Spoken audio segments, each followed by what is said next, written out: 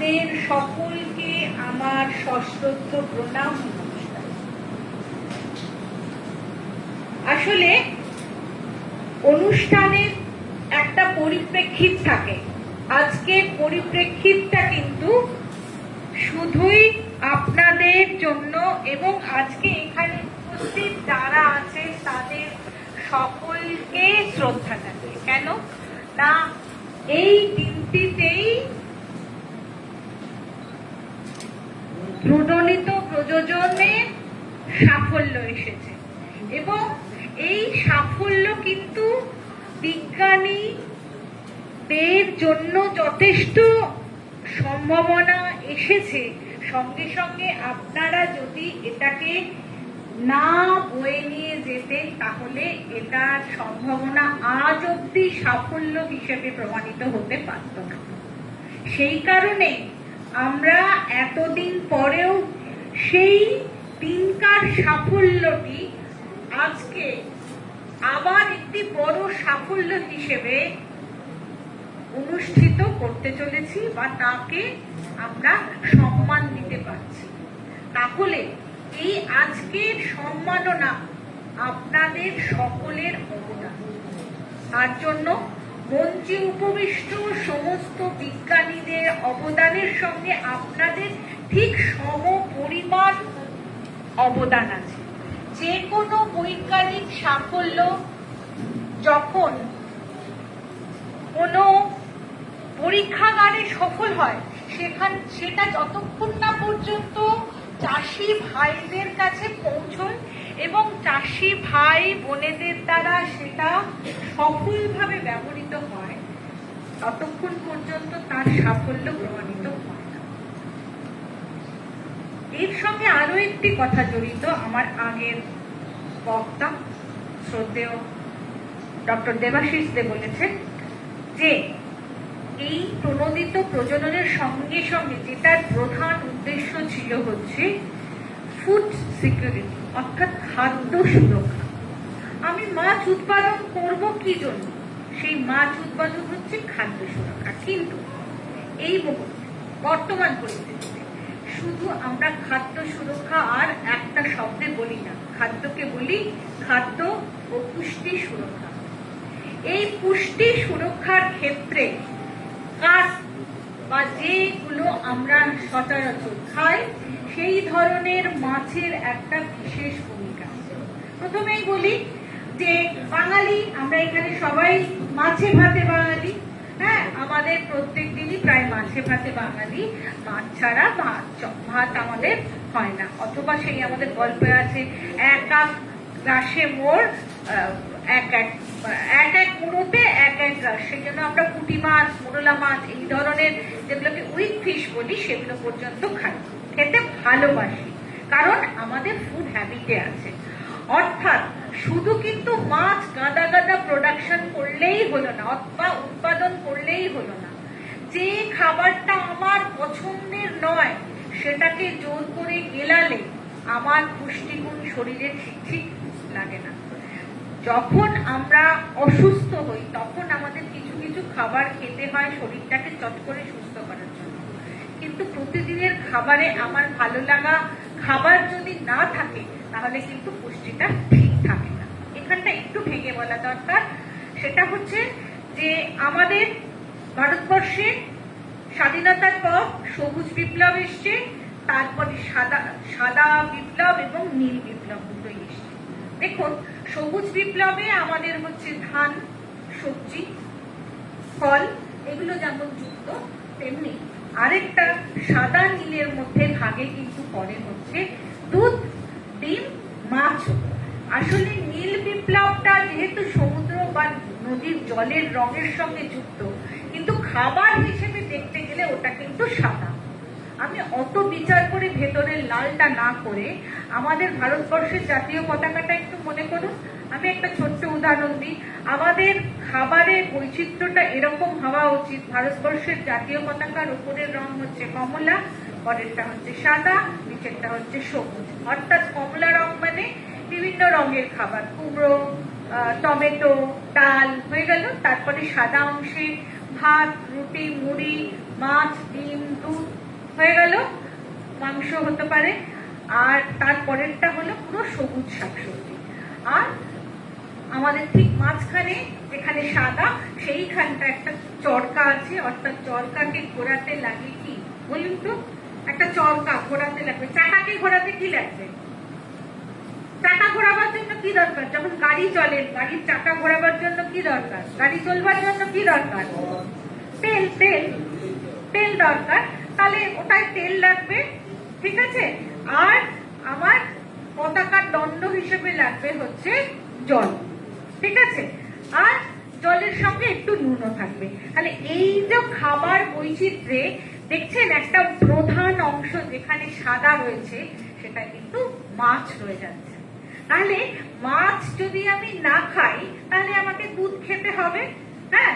আর যদি আমি মাছ খাই, যারা আমরা বাঙালি বেশিরভাগই আমরা আমিষাশী, হ্যাঁ, যদিও সেটা নিয়ে একটা তর্ক হতেই পারে, দুধ কেন আমিষ নয়, মাছ কেন, সেই যাকে যাক সে অনেক বড় কথা, সেসব কথা নিয়ে আর ঝামেলা না করাই ভালো। মাছ, আজকে মাছের দিন, মাছের কথাই বলবো। তো এইখানে বলার দরকার যে কার কথাটার গুরুত্ব কেন। সঙ্গে স্যার বলেছেন ভেনামির কথা, চিংড়ির কথা। কার্পের গুরুত্ব এই কারণে, কার্পে যে পরিমাণ প্রোটিন আছে, অর্থাৎ প্রায় 25 থেকে 27% প্রোটিন আছে 100 গ্রাম এডিবল পোর্শন। অর্থাৎ এডিবল পোর্শনের কথাটা ভেঙে বললে দাঁড়ায় 100 গ্রাম মাছ আমি কেটে বেছে সুন্দর করে রান্না করে, যখন আমি 100 গ্রাম মাছটা রান্না করছি, তো তার থেকে প্রায় 27 গ্রাম প্রোটিন আসছে। আর এর সঙ্গে আমাদের আরেকটা বিষয়, এগুলো আপনাদের মনে রাখতে হবে না, কিন্তু আজকাল তো আমরা খুব বিভিন্ন মিডিয়া দেখছি, সোশ্যাল মিডিয়া দেখছি, পড়ছি, জানছি, টিভি দেখছি, এগুলো থেকে আমরা ধ্যান না দিয়েও দিচ্ছি, মনে মনে দিচ্ছি, সবাই দিচ্ছি। ভিটামিনের কথা শুনছি, মিনারেলের কথা শুনছি, উফার কথা শুনছি, কোনটা ভালো অ্যামাইনো অ্যাসিড, কোনটা ভালো ফ্যাটি অ্যাসিড, সব শুনছি। তো এগুলো অত মনে রাখতে হবে না, তবু একবার বলে দিই, সেটা হচ্ছে এর মধ্যে অ্যামাইনো অ্যাসিড। অ্যামাইনো অ্যাসিড মানে একটা বাড়ি তৈরি করতে এরকম ছোট ছোট ইটের টুকরো লাগে, ঠিক প্রোটিনেও ওরকম ইটের টুকরো আছে। সেই রকম কিছু ইটের টুকরো যেগুলো আমাদের বডিতে তৈরি হয় না। তাহলে যেগুলো তৈরি হয় না সেটা আমাকে কি করতে হবে? বাইরে থেকে খেতে হবে, তো আমার তো দরকার। তাহলে সেই দরকারি ইটের টুকরোগুলো কিন্তু এই কার্প মাছের মধ্যে আছে। এবং কিছু ফ্যাটি অ্যাসিড আছে, সেই ফ্যাটি অ্যাসিড গুলো হচ্ছে আমাদের জরুরি, যেগুলো ওই কার্প মাছের মধ্যে আছে। এবং এই যে আরেকটা কথা আপনারা খুব বেশি শুনবেন এখন, যে omega 3 fatty acid, omega 6 fatty acid, যেগুলো কিনা আমাদের হৃদ মানে হার্টকে ভালো রাখার জন্য। ইদানিং বিভিন্ন জিনিসের সঙ্গে আমাদের হৃদরোগ বেড়ে যাচ্ছে। তো এই হার্টকে ভালো রাখার জন্য জরুরি যে সমস্ত ফ্যাটি অ্যাসিড, তাদেরও একটা রেশিও বা ব্যালেন্স চাই। এই ব্যালেন্সটা মাছের কম হওয়া দরকার, এবং কার্প মাছের সেই জিনিসটা আছে। আরেকটা পলি আনস্যাচুরেটেড ফ্যাটি অ্যাসিড, সেটারও যে রেশিও আছে 1:1, সেটাও একদম ঠিক। এছাড়া সবচেয়ে গুরুত্বপূর্ণ বিষয় হচ্ছে ভিটামিন ও মিনারেলের ক্ষেত্রে ক্যালসিয়াম, ফসফরাস এবং আয়রন, এই কটি বিশিষ্ট পরিমাণে আছে হচ্ছে কার্প মাছের মধ্যে। এটা গেল পুষ্টির দিক। আর দ্বিতীয় কথা আমি বলবো, যেটা হচ্ছে একটা আমরা বোধহয় খুব ভালোভাবে জেনেছি, যে সে আপনারা অনেকে বাচ্চাকে পড়াতেও জেনেছেন যে মাছলি জলের রানী, হ্যাঁ, জলই জীবন। আবার মছলিকে যদি আমি হাত দিই তাহলে মছলি বা মাছ মারা যাবে, আবার জলটাই জীবন। তো এই তিনটেকেও কিন্তু একটু যুক্ত করতে হবে, সেটাও ভাববার আমাদের বিষয়। মাটি, জল, আকাশ, অর্থাৎ বৃষ্টির জল সংরক্ষণ, জলকে বিশুদ্ধ রাখা, জল, মাটি, বায়ু সবের ভারসাম্য ঠিক করা, এগুলো যদি আমরা না করতে পারি তাহলে কিন্তু মাছের স্বাস্থ্য ঠিক হবে না। এবং এই মাছের স্বাস্থ্য ঠিক করার জন্য এবং মাছ সঠিকভাবে চাষ করার জন্য কখন রিস্ক ফ্যাক্টর বাড়ে, কত দূর করবো না, কি খাবার দেব, কোন সময় মাছ বিক্রি করব, কখন মাছের পোনা সংগ্রহ করব, সেই বিষয়টাও কিন্তু বৈজ্ঞানিক পদ্ধতিতে আমাদের রপ্ত করতে হবে। শেষ বিষয় আমার সেটা হলো যে এই মাছের বিষয়ে রান্না করার ক্ষেত্রে বিশেষ কয়েকটা সাবধানতা অবলম্বন করতে হয়, না হলে পরে কিন্তু কন্টামিনেশন বা খাবারে বিষাক্তকরণ বা খাবারের সংরক্ষণ ঠিকভাবে হয় না। সেটা কি? সেটা হচ্ছে মাছ বারবার ডিপ ফ্রিজে রাখা আর বার করা, এই জিনিসটা খুব একটা ভালো না। মাছকে বিভিন্ন ছোট ছোট কৌটোয় রাখুন যদি বেশি দিন সংরক্ষণ করতে হয়। বারবার বার করলেন, থয়িং করলেন, জল বার করলেন, অনেকটা মিনারেল ভিটামিন সব বেরিয়ে গেল, আবার করলেন, তাতে পরে অনেক সময় কন্টামিনেশনও হয়, আরেকটা হয় পুষ্টিগুণ নষ্ট হয়ে যায়। সেই জন্য আপনার যদি এক সপ্তাহের মাছ স্টোর করতে হয়, আপনি ছোট ছোট অনেকগুলো কৌটোয় করুন, যাতে যেটা করবেন একটা বার করে নিলেন, বাদ বাকিটা থেকে গেল।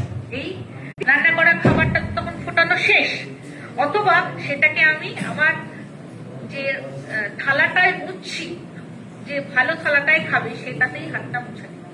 তো এই কাজগুলো করবেন না।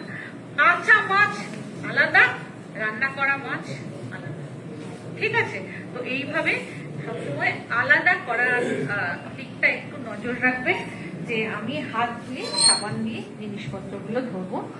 আর বাজার থেকে মাছগুলো কিনবার সময় আপনারা যে যে বিষয়গুলো নজর দেওয়া দরকার, স্লাইমিংটা ঠিক আছে কিনা, মাছের চোখের রং ঠিক আছে কিনা, হ্যাঁ, দুর্গন্ধ উঠছে কিনা, এগুলো আমার থেকে আপনারা অনেক বেশি ভালো জানেন, তাই সেগুলো পরখ করে দেখবেন। এবং বিশেষ করে আমি বলবো, মাছ তো যেমন মানে কি বলবো, চাষটা ঠিক মতো করবেন, তেমনি কিন্তু রান্নার সময়ও সব দিকটা খেয়াল রাখবেন। এইটুকুনি আমার দিক থেকে। আরো বক্তারা আছেন, সকলকে নমস্কার জানিয়ে। এবং হ্যাঁ,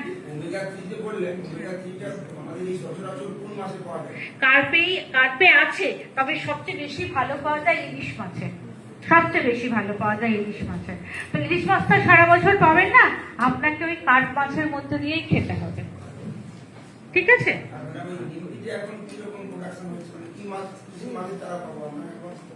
ডিপিটি প্রোডাকশন সবই শুরু হয়েছে। আর আমি 2015 সাল নাগাদ ওখান থেকে মনোসেক্সের নিয়েছিলাম, গত 2 বছর। তারপর তো চিংড়ি চাষে মেতে গেছি, যাওয়া হয়নি। এই বছর গেছিলাম কলাদার আনতে। আচ্ছা, ডিপিটির চাষ শুরু হয়েছে। আপনাকে আমি ওই আমাদের যিনি ফিশারি সায়েন্টিস্ট, ওনার নাম্বারটা দিয়ে দিচ্ছি, আপনি ওই নাম্বারটা নিয়ে নিন, ওনার সঙ্গে যোগাযোগ করবেন, সরাসরি আপনাকে বলে দেবে, ঠিক আছে? আর কারো কোনো কিছু প্রশ্ন থাকলে আমি আছি তো এখানে, আর পরে করবেন, অন্য বক্তারা বলবেন।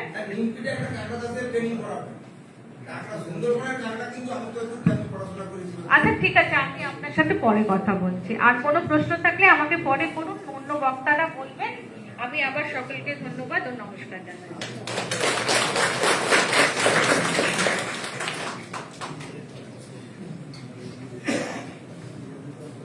ধন্যবাদ ম্যাডাম মানসী চক্রবর্তী মহাশয়াকে।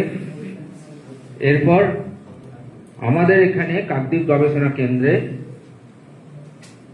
লোকালি অ্যাভেলেবল ইনগ্রেডিয়েন্টস ব্যবহার করে একটি স্বল্প মূল্যের, মানে বাজার থেকে যে মাছ আমরা চিংড়ির খাবার পাই তার তুলনায় স্বল্প মূল্যের চিংড়ির একটি খাবার, যার নাম দেওয়া হয়েছে চিঙ্গুড়ি প্লাস। সেই খাবার আমাদের কাকদ্বীপ গবেষণা কেন্দ্রের প্রধান ডক্টর দেবাশিস দে তত্ত্বাবধানে এখানে একটা চিংড়ির খাবার তৈরি করা হয়েছে, যার বাজার মূল্য, তার মূল্য কিন্তু বাজারে অন্যান্য যে চিংড়ির খাবার পাওয়া যায় তার থেকে অনেক কম। তো এই খাবার আপনাদের প্রত্যেককেই, যারা আজকে এখানে উপস্থিত হয়েছেন, যেসব চাষি আপনারা এখানে উপস্থিত হয়েছেন, প্রত্যেককে আমাদের অ্যাজ এ টোকেন আমরা প্রত্যেককে 5 কেজি করে আজ দেবো।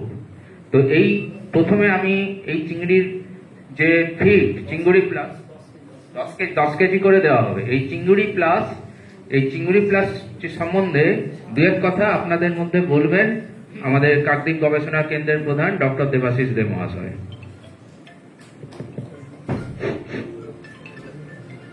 আজকে যে আপনাদেরকে এই ফিডটা একটা আমাদের ফিডের স্যাম্পেলই বলতে পারেন, স্যাম্পেল হিসেবে দেওয়া হবে। আপনারা খাওয়াবেন আপনাদের যারা চিংড়ি চাষ করছেন তারা, আপনারা তো যে কোনো ফিড খাওয়াচ্ছেন তার সঙ্গে আমাদের ফিডটাও জাস্ট দেখার জন্য আপনারা খাওয়ান, সেই জন্য আপনাদেরকে আজকে দেওয়া। তো আগামী দিনে এই ফিডটা আশা করছি এই সুন্দরবন অঞ্চল কেন পুরো পশ্চিমবঙ্গে, আমরা গতবারে পূর্ব মেদিনীপুরেও খুব ভালো রেসপন্স পেয়েছিলাম, এবারে ওরা চাইছিল কিন্তু এখন আমাদের এখানে প্রোডাকশন হচ্ছে না। শুধু আমাদের গবেষণার কাজে ব্যস্ত, কোম্পানিগুলো নিজেরা যখন প্রোডাকশন শুরু করবে আপনাদের কাছে সেটা অ্যাভেলেবেল হবে। তো এই চিংড়ি প্লাস যে ফিডটা সে সম্বন্ধে আমি বলে রাখি। এই চিংড়ি প্লাস ফিড হচ্ছে আমাদের এখানকার যে সমস্ত ইনগ্রেডিয়েন্ট সেইগুলো দিয়ে, এগুলো হচ্ছে গুণগত মান খুব ভালো কিন্তু এতদিন কেউ ইউজ করেন, সেই ইনগ্রেডিয়েন্ট দিয়েই কিন্তু আমাদের সেটাই হচ্ছে আমাদের এখানে এই ফিডের একটা বিশেষত্ব, যে আমরা এই লোকালি যে ফিডের ইনগ্রেডিয়েন্ট গুলো পাওয়া যায় সেইগুলো দিয়ে কিন্তু আমরা করেছি। আমরা খুব শীঘ্রই এই ফিডের ফর্মুলেশন পেটেন্ট করব। তো এই ফিডটা যে কোনো ফিড বাজারে, হ্যাঁ, যে কোনো মাল্টিন্যাশনাল ফিডের একবার রেজাল্ট দেবে। এর প্রোটিন 35%, ফ্যাট 5 to 6% এবং ফাইবার হচ্ছে লেস দেন 5%, যেটা হচ্ছে আইএসআই যে ফিডিং আমাদের আছে, ইন্ডিয়ান যে ফিডিং স্ট্যান্ডার্ড, সেই ফিডিং স্ট্যান্ডার্ডকে বজায় রেখেই কিন্তু এই ফিড। তো আপনারা ভরসা করে চোখ বন্ধ করে আপনারা কিন্তু এই ফিডটা ইউজ করতে পারেন। তো আপনারা এই জন্য আপনাদেরকে এই ফিডটা দেওয়া হচ্ছে। আগামী দিনে আপনারা এই ফিডের গুণগত অনেক চাষি গতবারও ইউজ করেছে। আমরা পূর্ব মেদিনীপুরের এক চাষি পুরো ক্রপটাই করেছে, কিন্তু এরা আমাদের যারা তৈরি করছিল তারা ঠিকভাবে দিতে পারেনি। আর যে স্টার্ট আপ কোম্পানি ছিল, ছোট্ট কোম্পানি, তারা অত ইনভেস্ট করতে পারেনি। তো সেই জন্য তো আগামী দিনে তারা আরো বড় ইনভেস্টমেন্ট নিয়ে ওরা শুরু করবে। এবং আরেকটি কোম্পানি তারা টিকে এন্টারপ্রাইজ, তো ওনারা এই ফিডটাকে কিন্তু আগামী বছর আপনারা হাতে পাবেন। ওনারা প্ল্যান করেছেন এই চিংড়ি প্লাস কিন্তু আপনাদের কাছে পৌঁছে যাবে। কারণ টিকে এন্টারপ্রাইজ নিজেও যেমন ইউজ করবেন, ওনাদেরও প্রচুর বড় ফার্ম, হ্যাঁ, তো ওনারাও ইউজ করবেন, ওনারা এই প্রযুক্তি আমাদের কাছে নিয়েছেন। তো আপনাদের জন্য এই ফিড কিন্তু আগামী বছর আপনাদের হাতে চলে আসবে। তো যাই হোক, আপনারা এই যে ফিডটা আপনাদেরকে দেওয়া হয় প্রত্যেকেই পাবেন, যারা এসেছেন বলে করবেন। আমরা টোকেন হিসেবে এখানে 2-3 জনকে হয়তো দেবো ছবির জন্য, বাকি সবাই পাবেন। হ্যাঁ, আমাদের কাছে আছে, শৃঙ্খলাবদ্ধ ভাবে আমরা সেটা প্রত্যেকের হাতে পৌঁছে দেবো। আর তার সাথে সাথে আমরা আমাদের যে গ্রুপ আছে, আমাদের এখানে একটি তপশিলি জাতির মহিলাদের নিয়ে একটি আমরা গ্রুপ করেছিলাম, তো সুন্দরী গ্রুপ গোদাখালী। তো ওনাদের হাতে আমরা একটা মাছের চারা, এট্রোপ্লাসের চারা এবং তুলে দেব। তো এইগুলোর পরে আপনারা বক্তব্য শুনবেন আমাদের প্রধান অতিথি ডক্টর বিশিমাদের। ধন্যবাদ। ধন্যবাদ ডক্টর দেবাশিস দে মহাশয়কে এই চিংড়ি প্লাস ফিডের গুণগত মান এবং তার উপাদান সম্বন্ধে একটি সম্যক আইডিয়া দেওয়ার জন্য। এরপরে আমরা এখানে এই চিংড়ি প্লাস ফিড 3 জন চিংড়ি চাষিকে ডেকে নেব, যাদের মধ্যে এই চিংড়ি প্লাস ফিড 10 কেজি করে দেওয়া হবে এবং প্রত্যেকেই আপনারা পাবেন। তো অনুষ্ঠানে সবাইকে দিতে গেলে তো একটু সময় লাগবে, তাই আমরা এখানে 3 জনকে ডেকে নেব। প্রথমেই ডেকে নেব নবকুমার জানা মহাশয়কে। নবকুমার জানা একটু এখানে আসবেন।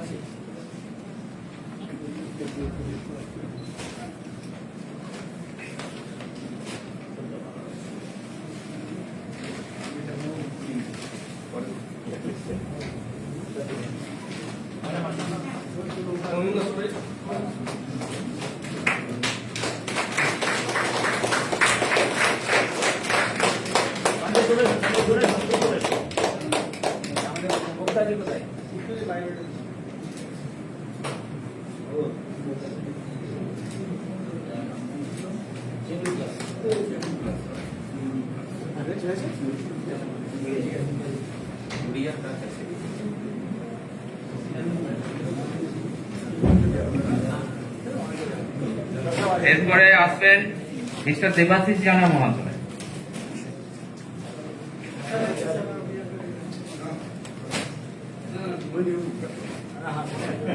Any other scientist? Dr. Gupta.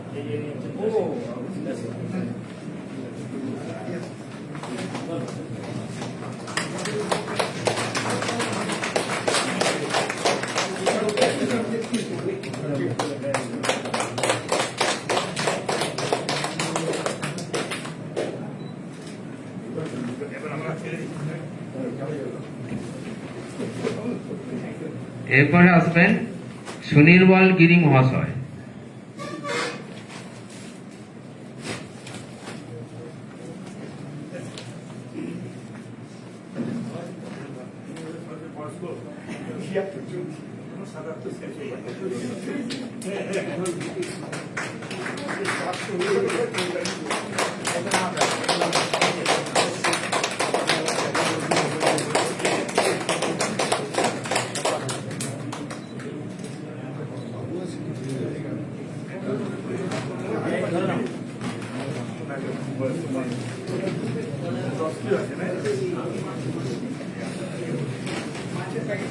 এরপর আমরা আমাদের এখানে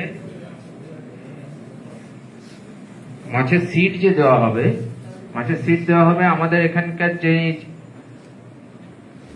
একজন অভিজ্ঞ মৎস্য চাষী এবং এছাড়াও আমাদের এখানে যে তপশিলি জাতির যে ওমেন গ্রুপ সুন্দরী বুদাখালী গ্রুপ, তাদের দুজন মেম্বারকে এই সিট আমরা এখানে বিতরণ করব। প্রথমেই ডেকে নেব মিস্টার দেবকী নন্দন পাত্র মহাশয়কে।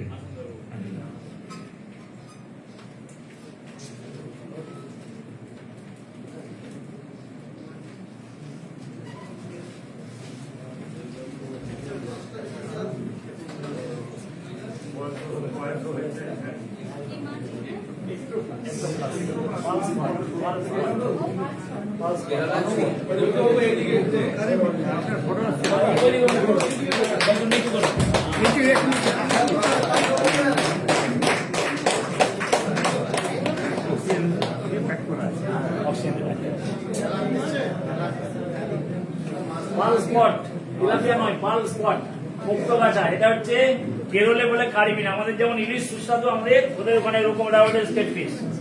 পাল স্পট, পাল স্পট হচ্ছে কেরলের স্টেট ফিশ।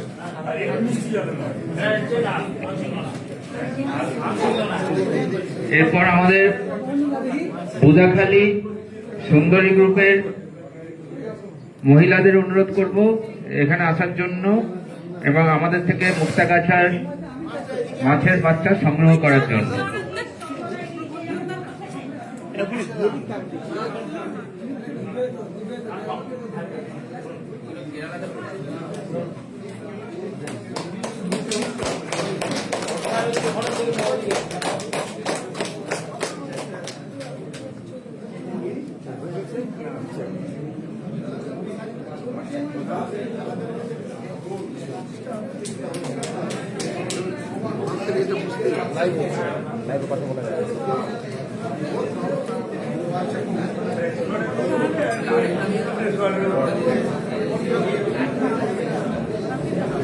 অঞ্জনদা একটু ঘুরে দেখান তো, দর্শকরা দেখছে, দর্শকদের দেখান, দর্শকদের দেখান, সরাসরি দর্শকরা দেখছে, কি মাছটা দেখা যাবে।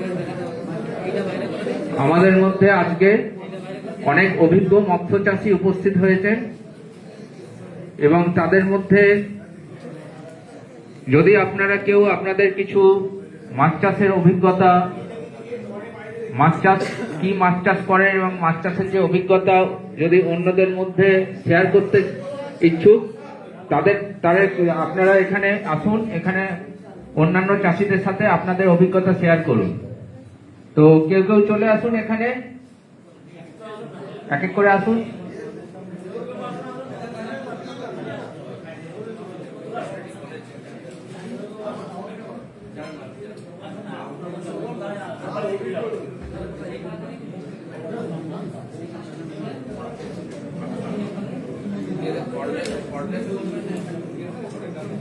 ক্যামেরার সামনে সবসময় গেলে তো হবে না, লাইভটা তো দেখছে দর্শকরা, লাইভ হচ্ছে তো।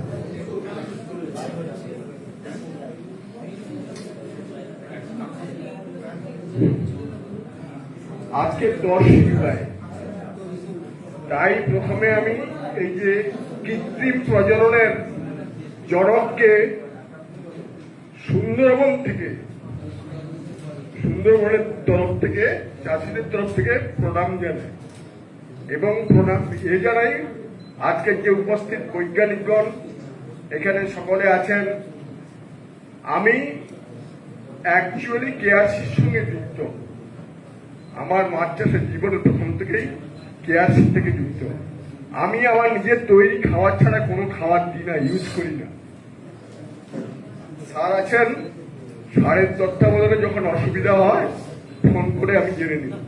এখন যোগাযোগ আমার পক্ষে খুব একটা কষ্টসাধ্য ব্যাপার, যার জন্য আসি না।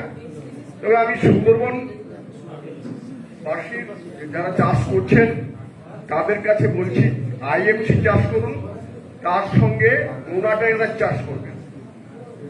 নোনা ট্যাংরা মিস্টার গুলিও মাস্ট বি চাষ করবেন, যা আপনাকে অর্থমূল্যের বাজারে পয়সা দিয়ে যাবে। কারণ রোজগার না করলে মাছ চাষের কোনো দাম নেই, আমাদের পয়সার দরকার। কারণ 1 বিঘা পুকুরে আপাতত হলেও 1.5 কুইন্টাল থেকে 1 কুইন্টাল তো অতি অবশ্যই নোনা ট্যাংরা তৈরি করা যায়। বর্তমান বাজার মূল্য ওগুলো যদি আপনি বৈশাখ মাসে বিক্রি করেন, চৈত্র থেকে বৈশাখে যদি বিক্রি করেন, চৈত্র মাসে বাজার ভালো পাবেন না, বৈশাখ জ্যৈষ্ঠ আষাঢ় পর্যন্ত চলবে। মাছের বাজার, ট্যাংরা মাছের বাজার যদি 70 থেকে 70 গ্রামের উপরে নিয়ে যেতে পারেন, ভালো বাজার। এখনকার বাজার 600-র উপরে, 600 টাকা করে কিলোর উপরে বিক্রি হয়। আমি আজকের বেশি কিছু চাষবাস সম্বন্ধে আলোচনা করতে গেলে এর আলাদা দরকার আজকের ক্ষেত্রে, এই ব্রিডিং এর ক্ষেত্রে। কারণ ওনারা এই মানে নোনা ট্যাংরারও ইন্ডুস ব্রিডিং করান এবং এখানে ট্রেনিং হয়, ট্রেনিং নেবেন। কারণ বাচ্চা একসঙ্গে না হলে, ছোট বড় বাচ্চা হলে চাষের ক্ষেত্রে অসুবিধা হয়। একসঙ্গে বাচ্চাটা করে নিতে পারলে দেখবেন তার বারটা সবটা একসঙ্গেই হয়। কারণ আপনি নদীর, হয়তো অনেকে বলবেন আমার কাছে আছে নদীর ট্যাংরা, ধান মাঠেরও ট্যাংরা পাওয়া যায়, কিন্তু তাকে নিয়ে ভালো চাষ করা যায় না। দেখা যাবে 10 থেকে 20% বাড়লো, আর 90% কি 80% দেখবেন ছোট হয়ে গেছে। খাবার দিলেও যে মাছেরাও, আমরা যেরকম খাওয়ারের জন্য ছুটছি, মাছেরাও যারা খাওয়ার বড় হয় তারাও খাওয়ারের জন্য যুদ্ধ করে। একটা মাছ 1.5 কিলো হয়ে যায়, একটা মাছ 200 গ্রামও থাকে। একই চারা পেলেও একই কেস হয়। এই জন্য মাঝে মাঝে আমাদের মানে জাল টেনে, হারভেস্টিং বলবো না, জাল টেনে হারভেস্টিং করে বড়গুলো তুলে দেওয়া হয়, কিন্তু জাল টেনেও এটাকে চেঞ্জ করে নেওয়া উচিত। ভেটকি মাছের ক্ষেত্রে বলুন, পোনা মাছের ক্ষেত্রে বলুন, না করলে মাছের সাকসেসফুল পাবেন না। আপনি বাজারে ছাড়ুন না পরপর, মাছের বাজারটা এখন কোনোটাই কম নেই। চিংড়ি চাষ করুন, চিংড়ি চাষে আমাদের দেশের চাষটা এখন ভুলে গেছি। বাগদার কি দাম নেই? আমি আমার সুন্দরবনের চাষিদের কাছে বলছি, বাগদার কি চাষের বাগদার কি দাম নেই? যারা বাগদা চাষ করছেন, করছে অনেকে, আমাদের আমরা কম করি, সাদা মাছের সঙ্গে কিছু করি, কিন্তু বাগদা করলে আবার ট্যাংরা করা যাবে না। বাগদায়ও ভালো বাজার পাওয়া যায় আমাদের এখানে। তাহলে আমি আর যদি কেউ কিছু বলতে চান আমাকে জিজ্ঞেস করতে পারেন, আমি বলবো যে আমার প্রণাম হচ্ছে এই শিবা বলুন আর কেআরসি সায়েন্টিস্ট প্রত্যেকে। আমি শিবাও গেছি, ওখানে এই যে চাপড়া চিংড়ি বলছেন উনি, যেটা চাপড়ার কথা বলছেন, ওখানে ব্রিডিং করছিলেন পানিগ্রাহীর সঙ্গে, দেখেছি ঘুরে ঘুরে। পানিগ্রাহী সাহেব তখন ছিলেন, মানে উনি করছিলেন, ওখানে ঘুরে ঘুরে দেখেছি যে উনি চাপড়া চিংড়ির ব্রিডিং করাচ্ছিলেন। তাই সেটা কতটা কি সাকসেসফুল হয়েছে, আমি চিংড়ি চাষ খুব একটা করি না, চিংড়ির মধ্যে কিছু ছাটি করি আর বাগদাও কিছু করি, নাহলে নোনা ট্যাংরা এতে যাতে বেশি আমি 1 বিঘা জায়গায় বেশি প্রফিট করতে পারি, সেই সব চিন্তা ভাবনা নিয়ে একটু কাজকর্ম করি। এই বলে সুন্দরবনের সব চাষিবাসী সকলকে আমার তরফ থেকে প্রণাম জানালাম। কারণ যারা এই শিক্ষার করে ওনাদেরও প্রণাম, সায়েন্টিস্টদের প্রণাম। যাই হোক, সুন্দরবনে কিন্তু জল, মাটি, সুন্দরবনের জল, মাটি এবং বাতাস হচ্ছে অমূল্য সম্পদ। এটা নষ্ট করার চেষ্টা করবেন না। এটা রেখে সুষ্ঠুভাবে কিভাবে চাষ হয় ওনাদের সঙ্গে আলোচনা করে সুষ্ঠুভাবে কেআরসির সঙ্গে ওনারা এলে সবসময় হেল্প করেন।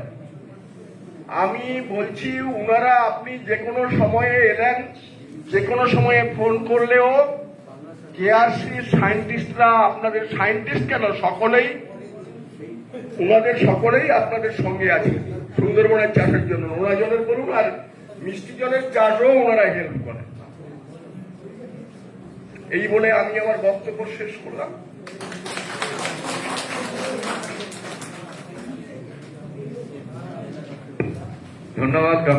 ধন্যবাদ দেবকীনন্দন পাত্র মহাশয়কে।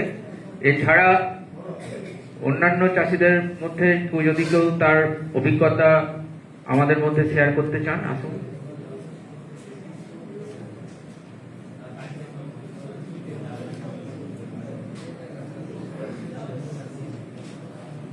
নমস্কার। উপস্থিত বিজ্ঞানীগণ এবং সামনে উপস্থিত আমার সাথীবৃন্দ, মানে আমি যেহেতু চাষি একজন, 1999 সালে বিএ পাস করার পর থেকে আমি কিন্তু কোনোদিন চাকরির চেষ্টা করিনি। তা আমি দেবাশিস জানা, 10 মাইলে আমার বাড়ি, পাতিবুনিয়া গ্রাম। তো প্রথমে সাদা মাছের চাষ করতাম, সেই নৈহাটি থেকে চারাপোনা, কোথায় বাঁকুড়া। তো বাড়িতে খাওয়া দাওয়া হতো, আর কিছু এরকম চারা পোনা তৈরি করে বিক্রি করতাম লোকালি, ওই যা হয় পকেট খরচা তখন। তারপরে দেশি মাগুর করলাম। দেশি মাগুরে লস হয়নি, লাভ করেছি, কিন্তু দেশি মাগুরের কিছু কিছু রোগ লাগলো, যেটা আমি মানে 3 বছর করছিলাম ওটা, ওই সেকেন্ড টাইমটায় আমি একটু বেগ পেয়ে গেছিলাম। তারপরে 2017 সালে যা চিংড়ি চাষ শুরু করেছি, ওই 80,000 থেকে শুরু করেছিলাম। এখন মোটামুটি আমার 10 লাখের কালচার হয় প্রতি বছর। তো আমি চিংড়ি চাষ করে মোটামুটি সফল, এটুকু আমি বলতে পারি। তার কারণ এই চিংড়ি চাষ করে ছেলে মেয়ে পড়ছে। আমার এখনই মনে হলো, স্যার যেহেতু আইআইটির প্রফেসর বসে আছেন, আমার মেয়েও আইআইটিতে চান্স পেয়েছে এবছর, আইআইটি ইন্দোরে। তো আমি আমার চাষের অভিজ্ঞতা একটু বলি। ভেনামি চিংড়ির চাষ করলে চিংড়ি মাছের দাম কিন্তু আমাদের হাতে নেই। এবছর আপনারা জানেন 20 গ্রাম মাছ এখন 305-10 টাকা, যেখানে স্যার বললেন আমাদের প্রোডাকশন কস্টই এখন 300 টাকা। তাহলে আমাদের প্রোডাকশন কস্ট কমাতে হবে, এটা কিন্তু আগের চিন্তা। আর সেই প্রোডাকশন কস্ট কমানোর জন্য আমি কিন্তু প্রত্যেকটি ফার্মে বিদ্যুৎ কানেকশন নিয়েছি, শুধু একটি জায়গা বাদ দিয়ে। আর কোনো মাছ আমি একসঙ্গে ছাড়ি না, কোনটা ছাড়ছি ফাল্গুন মাসে, কোনটা ছাড়ছি বৈশাখ মাসে, কোনটা ছাড়ছি জ্যৈষ্ঠ মাসে, এরকম পার্ট বাই পার্ট মাছ ছাড়ি। তাতে ধরুন আমার মাছের দাম কম পেলাম, একটা সেক্টরে কম পেলাম, আরগুলো সেক্টর তো আমার লস হলো না। কিংবা কোনো কারণে একটা জায়গায় সাদা পায়রা লাগলো, আরগুলোতে তো লাগলো না। এরকম পার্ট বাই পার্ট আমি কিন্তু মাছটা ফেলি। এবং মাছ প্রথমে একটু হাই স্টক নিলাম, তারপরে কিন্তু 12-14 গ্রাম 15 গ্রাম হয়ে গেলে মাছ কিছুটা কেটে আমি তুলে দিই। তখন টাকারও দরকার পড়ে, আর ওই টাকাটা তখন আমার একটু কাজে লেগে যায়। ফলে আর যে মাছটা থাকলো তখন সেটাকে আমি 30 গ্রাম করতে পারলাম, মাছটা পাতলাও হলো, মাছের পুকুরের পরিস্থিতি ভালো থাকলো, প্রোবায়োটিক বেশি দিতে হলো না মাছ পাতলা হলে, এবং মাছটাকে 30-35 গ্রামে টানা গেল। এরকম করে আমি চাষটা করি। আর আমি অ্যাকচুয়ালি যে জন্য আমার এখানে আসা, সেটা হলো আমি সারদের মাধ্যমে এই বক্তব্যটা আমার পৌঁছে দিতে চাই, যাতে আমাদের এই ওয়েস্ট বেঙ্গলের চাষিরা কম দামে যেন বিদ্যুৎটা পায়, অথবা প্রথম কানেকশনটা যেন ফ্রিতে হয়। আমাদের ন্যূনতম একটা 6 কেজি লোড নিতে গেলে 34 থেকে 40 হাজার টাকা খরচা হয়, এবং সেটা দীর্ঘমেয়াদী একটা ছুটা দৌড়ার পরে আমরা কিন্তু অফিস থেকে লোডটা পাই। এইটা যদি আমাদের একটু স্যারেদের মাধ্যমে এই বক্তব্যটা যদি যায়, এখন তো সুবিধা হয়েছে, সরকার চেঞ্জ হয়েছে, কেন্দ্র সরকারের যদি নির্দেশ থাকে তাহলে রাজ্য সরকার সেটাকে মানতে বাধ্য। কারণ স্যারেরাই বলেছেন যে সেন্ট্রালে এরকম নিয়ম আছে যে চাষিদের জন্য বিদ্যুতের ছাড় দেওয়া। আর এই চিংড়ি প্লাস খাবারটা যদি একটু উন্নত করি, কারণ আমরা যে সবাই যে মানে চাষটা করি, আমরা যে খাবারটা ব্যবহার করি অবন্তি না হলে ওই ব্লাঙ্কা, এটা কিন্তু কোনো খাবারেরই ফ্যাক্টরি আমাদের এখানে নেই। ফলে আমাদের একটা অনেক ক্যারিং কস্ট চলে যায় খাবারটাকে ওই অন্ধ্রপ্রদেশ থেকে এখানে আসতে। চিংড়ি প্লাস যদি প্রোডাকশন এখানে হয় এবং তার গুণগত মান যদি আমরা সঠিক পাই, তাহলে অনেক কম দামে কিন্তু এটা আমরা পাবো। তার কারণ আমরা যতই প্রোবায়োটিক আর সেই ইউকা যাই ব্যবহার করি না কেন, মেন তো খরচ খাবারেই মেন খরচা। আর যেই এফসিআর যদি কেউ কন্ট্রোলের মধ্যে আনতে পারে, সে কিন্তু প্রফিট পাবেই। আপনি ইলেকট্রিসিটি থেকে যদি 7 গ্রাম 8 গ্রাম 10 গ্রাম মাছকেও যদি আপনি বিক্রি করতে পারেন, আপনার লস নেই। গত বছর একটা সেক্টরে আমার 6 গ্রামে সাদা বেগা লেগে গেছিল, কিন্তু আমি লস করিনি। ছোট ছোট করে মাছ তুলতে পাটায় দিয়ে ওই 6 গ্রামের মাছ পাটাতে 300 টাকা, 350 টাকা, 380 টাকা পর্যন্ত ডাক গেছে। অতএব চিংড়ি প্লাস খাবারটা যদি আমাদের এখানে লোকালি প্রোডাকশন হয় এবং সেটা যদি আমরা কম খরচে পাই, সেটা অনেকটাই ভালো হবে আমাদের পক্ষে। কিন্তু সেটা এবং এই যে আপনাদের ওই যে প্লাঙ্কটন প্লাস স্যারেরা তৈরি করলেন এখানে প্রযুক্তি দিয়ে, কিন্তু প্রোডাকশন করছেন অন্ধ্রপ্রদেশের কোম্পানি। তাহলে আমরা পেলাম কি করে সেটা? চেন্নাই কোম্পানি। তাহলে যাতে আমরা পাই, কারণ আমাদের ওয়েস্ট বেঙ্গলে কিন্তু অ্যাকচুয়ালি কিছুই প্রোডাকশন হয়নি। তারা আনতে গেলে আমাদের সেই অন্ধ্রপ্রদেশ, তামিলনাড়ু, আমরা প্রোবায়োটিক ইউকা বলুন কিংবা আদার্স যে সমস্ত আমরা মিনারেল ব্যবহার করি, সেগুলো সেই অন্ধ্রপ্রদেশ, চেন্নাই থেকে। এবং আমরা একটু নজরে শেষ হয়েছে, কারণ এই জিনিসটা হচ্ছে হাল ছেড়ে দেওয়ার নয়। আপনাকে কোনোভাবে যদি কোনো মৎস্য চাষী কেউ যদি আপনাদের চাষের অভিজ্ঞতা আমাদের মধ্যে শেয়ার করতে চান, তারা চলে আসুন।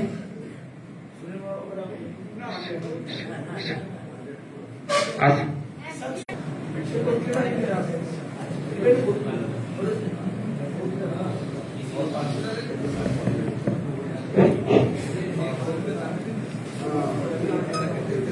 আচ্ছা, উনি জানতে চাইছেন যে জলের সবুজ কণা কিভাবে তৈরি করব।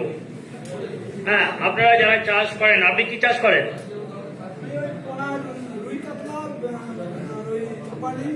আচ্ছা আচ্ছা, বসুন। আপনাদের আগে যেটা আমরা করতাম, এক সময় করতাম, যে মাছের জল নেওয়ার পরে জলটাকে একটু শোধন করে নিয়ে তারপরে আমরা কি করতাম, মোটামুটি 2 ফুট জল নিয়ে সেখানে আমরা একটু ফার্মিয়ার ম্যানিওর দিতাম, গোবর দিতাম, হয়ে যেত। তখন আমরা কি করতাম, আমরা ইউরিয়া এসএসপি দিতাম, ঠিক আছে। কিন্তু আমরা এখন বলি ইউরিয়া এসএসপি বা ইনঅর্গানিক ফার্টিলাইজার ইউজ না করতে। ছড়িয়ে দেওয়ার পরে যদি সম্ভব হয় তাহলে ওই পুকুরেরই জল পাম্প দিয়ে ওই পুকুরে আবার একটু ফেলা, মানে জলটাকে মিশিয়ে দেওয়া। এটাই পারপাস, যাতে করে ওই যে তরলটা আপনি দিচ্ছেন পুকুরের চারিপাশে পৌঁছে যায়। এবং এইটা হচ্ছে একটা, যেহেতু আমি বললাম এটা অর্গানিক ফার্টিলাইজার, নিউট্রিয়েন্ট। এই নিউট্রিয়েন্ট যখনই পাবে তখনই কিন্তু প্ল্যাঙ্কটন প্রোডাকশন আপনি দেখবেন 5 দিনের মাথায় 5 ডেজ আপনার জল পুরো কালার নিয়ে নিয়েছে, ঠিক আছে, সবুজ কণা চলে এসেছে। তার কিছুদিন পরে আপনি 3-4 দিন পরে আপনি দেখবেন জলের কালারটা আস্তে আস্তে সবুজ থেকে আর একটু চা ছাঁকা জলের মধ্যে দেখেছেন তো একটু লালচে সবুজ, আর কি লালচে মতো একটু হয়, তার মানে জু প্ল্যাঙ্কটন আধিক্য আসবে, ঠিক আছে। ফাইটো প্ল্যাঙ্কটন মানে তখন জু প্ল্যাঙ্কটন। তখন আপনি জানবেন যে আপনার পুকুর রেডি ফর স্টকিং।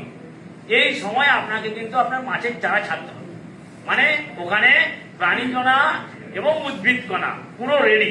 এবারে যে কোনো মাছের প্রধান খাদ্য প্রথমে কিন্তু পাবে, ওই যদি প্রাণীকণা পায় তাহলে কিন্তু সার্ভাইভাল বেড়ে যাবে, ঠিক আছে। ওইটা যখন হয়ে যাবে ওই সময় আপনি স্টকিং করবেন, তাহলে দেখবেন। এরপরে এই 15 লিটার বললাম দিলেন, এরপরে মাছ ছাড়লেন, মাছ ছাড়ার পরে হ্যাঁ প্ল্যাঙ্কটন প্লাস, প্ল্যাঙ্কটন প্লাস এটা হচ্ছে সিভার প্রোডাক্ট, এখন বাজারে পাওয়া যায়। আপনাদের কিন্তু এটাকে এখানে এখন তৈরি হচ্ছে না, চেন্নাই, অন্ধ্রপ্রদেশ, হ্যাঁ, এবং নবী মুম্বাই এগুলোতে তৈরি হচ্ছে কিছু কিছু করে। এবং ওখান থেকে এখন যারা মেদিনীপুর থেকে সেখানে 1 টন আমি এক চাষিকে আনিয়ে দিলাম, তারা চেন্নাই থেকে আনিয়ে দিলাম। আমাদের এখানেও এটা তৈরি হবে। আমাদের কাছে আছে ছোট প্রোডাকশন ইউনিট আছে, আমাদের ইউনিট ছোট প্রোডাকশন ইউনিট, সেটা আপনার চাষি থেকে আমি সামাল দিতে পারবো না, ঠিক আছে।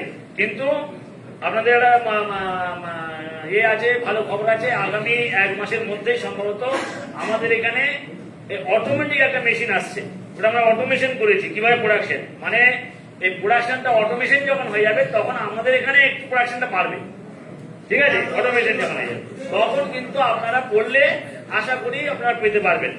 যতক্ষণ না পর্যন্ত এখানে যে কোনো কোম্পানি এটাকে তৈরি করছে ততক্ষণ পর্যন্ত আমরা এখান থেকে দিতে পারবো। এই আগামী 1 মাসের মধ্যে হয়তো মেশিনটা চলে আসবে আমাদের। তো এটা হচ্ছে প্ল্যাঙ্কটন প্লাস, এটা হচ্ছে পেটেন্টেড প্রোডাক্ট, এবং যত জায়গায় আমাদের দেশের যত প্রত্যেক মাছেরই লাগবে প্রথম অবস্থায়। তো যে কোনো জলে এটা কাজ করে, একদম মিষ্টি জল থেকে, নোনা জল থেকে, সামুদ্রিক জল, সব জলেই কিন্তু এই প্ল্যাঙ্কটন প্লাস। কারণ কি, এটা হচ্ছে মাছের দেহে যে সমস্ত পুষ্টি আছে ওইগুলো, তাতে ওই সমস্ত পুষ্টি কিন্তু ওই তরলে আছে। তো কাজেই যখন আপনি ওই পুষ্টিগুলো দিচ্ছেন, ওটা প্ল্যাঙ্কটনের মাধ্যমে আবার মাছের শরীরে যাচ্ছে, এবং মাছ সেগুলো বেটার ওয়েতে ওটা ইউটিলাইজ হচ্ছে, হ্যাঁ, তাদের গ্রোথ ভালো হবে, ওই ইউটিলাইজেশন এফিসিয়েন্সি অনেক বেড়ে যাবে। সেই জন্য কিন্তু আমাদের এই প্রোডাক্টটা সমস্ত জায়গায় কিন্তু খুব ভালো রেজাল্ট দিচ্ছে। আপনারা ইউজ করতে পারেন। আমি যেটা বলছিলাম যে মাছ স্টকিং করার পর এই যে প্রতি 1 বিঘা পুকুরে 4 মাসের কালচারে মোটামুটি করে আপনার 50 থেকে 52 লিটার লাগবে। তাহলে আপনি আগে 15 লিটার দিয়ে দিয়েছেন, আগে হাতে তো কত 35 লিটার, ঠিক আছে। 4 মাসে হয় কত, 14 সপ্তাহ আপনি পাবেন, 14 সপ্তাহ, ঠিক আছে। 16 সপ্তাহে 4 মাস, 14 সপ্তাহ আর ইন্টারভাল পাবেন, ঠিক আছে, হারভেস্ট পর্যন্ত। এই 16-14 সপ্তাহ আপনি ওই 35 লিটার মানে কত 2.5 লিটার করে প্রতি বিঘাতে আপনি প্রতি সপ্তাহে দেবেন। কখন দেবেন, সকালের দিকে, যেদিনে একটু রৌদ্রোজ্জ্বল দিন হবে, যেখানে বর্ষা হচ্ছে তখন দেবেন না, যে দিনটা একটু সানি ওয়েদার দেখবেন সেই দিনে আপনি দিন, তাহলে ভালো রেজাল্ট দেবেন, ঠিক আছে। সকাল কি করলাম, তার প্রথমে 15 লিটার মাছ ছাড়ার আগে, তারপরে মাছ স্টকিং করার পরে 1 সপ্তাহ পর থেকে। স্যার দামটা কত? হ্যাঁ, দামটা কত? দাম এখন পাওয়া যাচ্ছে 135 থেকে 150 টাকা, এখন বাড়িতে দিন, আগে 90 টাকা ছিল, মানে কিলো? হ্যাঁ, লিটার, লিটার। ঠিক আছে। মানে আপনি 7,500 টাকা পড়বে আপনার 1 বিঘায়, 7,500 টাকা 4 মাসের কালচারে, হ্যাঁ, ঠিক আছে। তো এই খরচটা করতে পারবেন না, তাতে করে কি হবে, আপনার এটা খরচ করলে আপনি ফিডে বাঁচাতে পারবেন, 20% ফিড কম লাগবে, আপনি ফিড কমিয়ে দিন, তাতে কোনো অসুবিধা নেই, একই রেজাল্ট পাবেন। স্যার ওই জন্য বলছিলাম যে আমরা অ্যাকচুয়ালি প্ল্যাঙ্কটনটা তৈরি করি চিটা, ইস্ট এবং ময়দা দিয়ে। এখন চিটা টিনের দাম 700 টাকা, 750 টাকা চিটা টিনের দাম হয়েছে একদম। তাহলে আমরা যদি প্ল্যাঙ্কটন প্লাসটা হয়তো লেন্দি সময় আমাদের মাত্র কোনো টাইম দিতে হচ্ছে, আমি যদি রেডি করা যদি ফেলে দেই কোনো ব্যাপার না, কোনো ব্যাপার নেই। আপনারা যারা ইউজ করেন না তারা যদি কেউ বলেন যে ইউজ করবো আমি, এই মুহূর্তে আমাদের বললে আমাদেরকে আনিয়ে দিতে হবে, ঠিক আছে। চেন্নাইয়ের কোম্পানি থেকে বললে ওরা অর্ডার দিলেও চলে আসে, ঠিক আছে। আর যদি আমাদের এখানে কিছুদিন লাগবে, আমাদের বললাম আমি, তো আপনারা যারা চিংড়ি চাষ করেন তারা কিন্তু, যারা পোনা মাছের চাষ করেন, যাই আপনারা এই প্রোডাক্টটা ইউজ করে দেখুন, আপনারা বুঝতে পারবেন যে রেজাল্ট কেমন ভালো হচ্ছে। একটা সাস্টেন, হয়তো খুব বেশি প্ল্যাঙ্কটন হয়ে যায়, গ্রাস কেটে যায়, তখন অক্সিজেন ডেফিসিয়েন্সি হয়ে যায়, সেই ঘটনাটা কিন্তু ঘটবে না, ঠিক আছে। এইটা কিন্তু বিশাল একটা প্রবলেম, এই প্ল্যাঙ্কটন ক্রাসের প্রবলেমটা, হ্যাঁ। তো এইটা কিন্তু ঘটনাটা একটা সাস্টেন দেখবেন, একদম একটা প্ল্যাঙ্কটন, যাতে করে একটা ভালো পুকুরে একটা পরিবেশ পাবেন। এবং আরেকটা কি হচ্ছে, প্ল্যাঙ্কটন নয়, এটা যেহেতু এর থ্রু দিয়ে মিনারেল যাচ্ছে, এই চিংড়ি চাষের ক্ষেত্রে যারা মিনারেল ইউজ করেন তাদের ক্ষেত্রে বলে রাখি, এই প্রোডাক্টটা ইউজ করলে মিনারেল কনজাম্পশন, মিনারেল আলাদা করে দেওয়া, সেটা অনেক কমিয়ে ফেলতে পারেন, দেওয়ার দরকার নেই। আমরাও দিই না, আমরা অন্য মিনারেল দিই না, চাষিবাদের বলে দিই আমরা আমাদের এখানে চাষ হয়, আমরা কোনো মিনারেল দিই না। হ্যাঁ, আমরা প্ল্যাঙ্কটন প্লাস ইউজ করি কারণ ওটা ন্যাচারাল মিনারেল, ওদের দেহে যে মিনারেল থাকে সেই মিনারেল কিন্তু পড়ছে ওটার থ্রু দিয়ে, তো ওরা কিন্তু পাচ্ছে আলটিমেটলি। তো সেখানে মিনারেলের প্রয়োজন অনেক কমে যাবে। কাজেই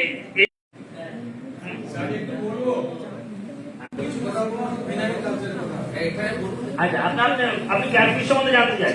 আচ্ছা, ক্যাটফিশ বসুন। ক্যাটফিশ আপনি কি করেন? মাগুর? আপনি এখানে আসুন না।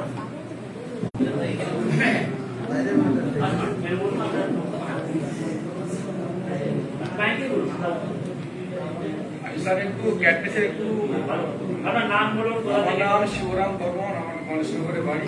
আচ্ছা, আমি ক্যাটফিশ নিয়ে আমি আমাদের নিয়মিত স্যার আচ্ছা, সবাই শুনুন, সবাই শুনুন। ট্রেনিং হওয়ার পরে আমি ক্যাটফিশ কালচারটা শুরু করেছিলাম, মানে মাগুলে করেছিলাম।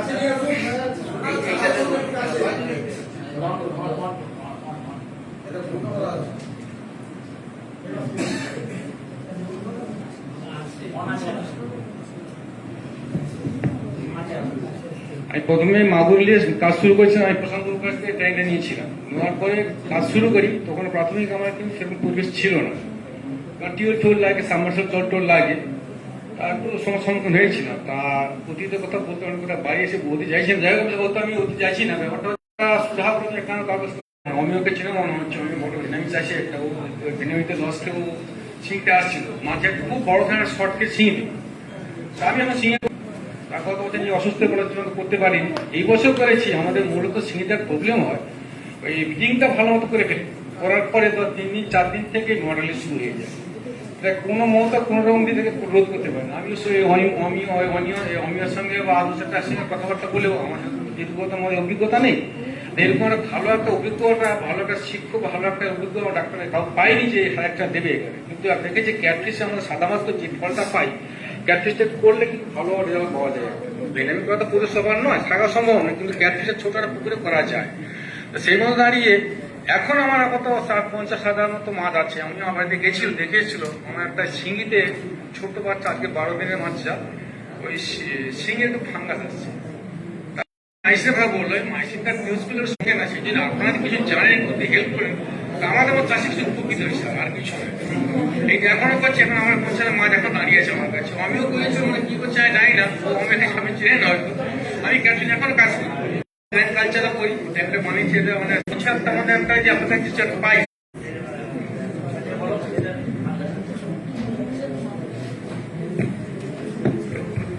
ফাঙ্গাল ইনফেকশন হয়ে থাকে, তো ফাঙ্গাসের ক্ষেত্রে মাছের দুটো প্রতিকার আছে, একটা হচ্ছে তুঁতে আর একটা হচ্ছে ম্যালাকাইট গ্রিন। তুঁতে যদি আপনারা ইউজ করেন, ওই যে মাছগুলো আছে ওই মাছগুলোকে প্রতি 1 সপ্তাহ অন্তর অন্তর 2 to 4 ppm, 2 to 4 ppm মানে হচ্ছে প্রতি 1 লিটার জলের জন্য 2 মিলিগ্রাম থেকে 4 মিলিগ্রাম তুঁতে, ওটার একটা সলিউশন তৈরি করে ওই মাছগুলোকে যদি 10 মিনিট করে ডুবিয়ে রাখতে পারেন, ডুবিয়ে রেখে আবার ছেড়ে দেবেন, এতে করে ফাঙ্গাস ইনফেকশনটা কিছুটা প্রোটেক্ট করা যাবে। এবার ইনফেকশন চলে এলে তখন আপনাকে দিতে হবে ম্যালাকাইট গ্রিন। ম্যালাকাইট গ্রিন কতটা দেবেন? ম্যালাকাইট গ্রিনের পরিমাণ হচ্ছে 0.2 ppm। 0.2 ppm মানে প্রতি 1 লিটার জলের জন্য 0.2 মিলিগ্রাম। এবার ওটাকে আপনাকে ক্যালকুলেট করতে হবে যে আপনার কত লিটার জল আছে, কতটা দরকার। এই দুটো জিনিস দিয়ে, কিন্তু তার আগে ওটাকে জানতে হবে ওটা অ্যাকচুয়ালি কি, ওটা সত্যি কি ফাঙ্গাল না ব্যাকটেরিয়াল, সেটা জানতে হবে। কারণ শিঙি মাছের ক্ষেত্রে বললাম 12 দিনে যে সিঙ্গে যেটা এসছে, আমরা পানি কিন্তু ফাঙ্গাস নাই না, এখানে ছোট দেখা যাচ্ছে একটা রোগা, আমাদের পোলা মাছ একটা সিঙ্গে দেখা যাচ্ছে, বাচ্চা আমি তো রিহার্সাল করছি, পরবর্তী মাছ হয়ে যাচ্ছে। লক্ষণ খাই এটা বলছি না, আমাদের হাতে পর্যন্ত আমাদের প্রবলেমগুলো দেখা যাচ্ছে এই ক্ষেত্রে আমাদের মাসিক প্রচুরটা বলে ধরে আমি ওদের মধ্যে এই ওষুধটা এই দিলে বা এই করে আমরা হার্ডন আমাদের শরীরে কাজটা করতে পারি। কি হচ্ছে আজকে এটা বড় ফাংশন আমাদের শেষ পর্যন্ত আমাদের যে একদম। এই প্রসঙ্গে বলে রাখি, আপনি আমার নাম্বারটা নিয়ে রাখবেন, আমার কন্ট্যাক্ট নাম্বারটা পরে আমার দিয়ে দেবো অনুষ্ঠানের পর। তো যখন হবে তখন যখন হবে না হওয়ার আগে পরিষেবাটা আপনি পরিষেবা ভালো হয়ে যাওয়াটা হওয়ার আগে হ্যাঁ সেটা বলা হচ্ছে। প্রিভেনশন ব্যাকটেরিয়ার ক্ষেত্রে যে আমাদের মাছের যে ব্যাকটেরিয়াল ডিজিজগুলো হয়, ব্যাকটেরিয়া কিন্তু জলে সবসময় অলরেডি থাকে।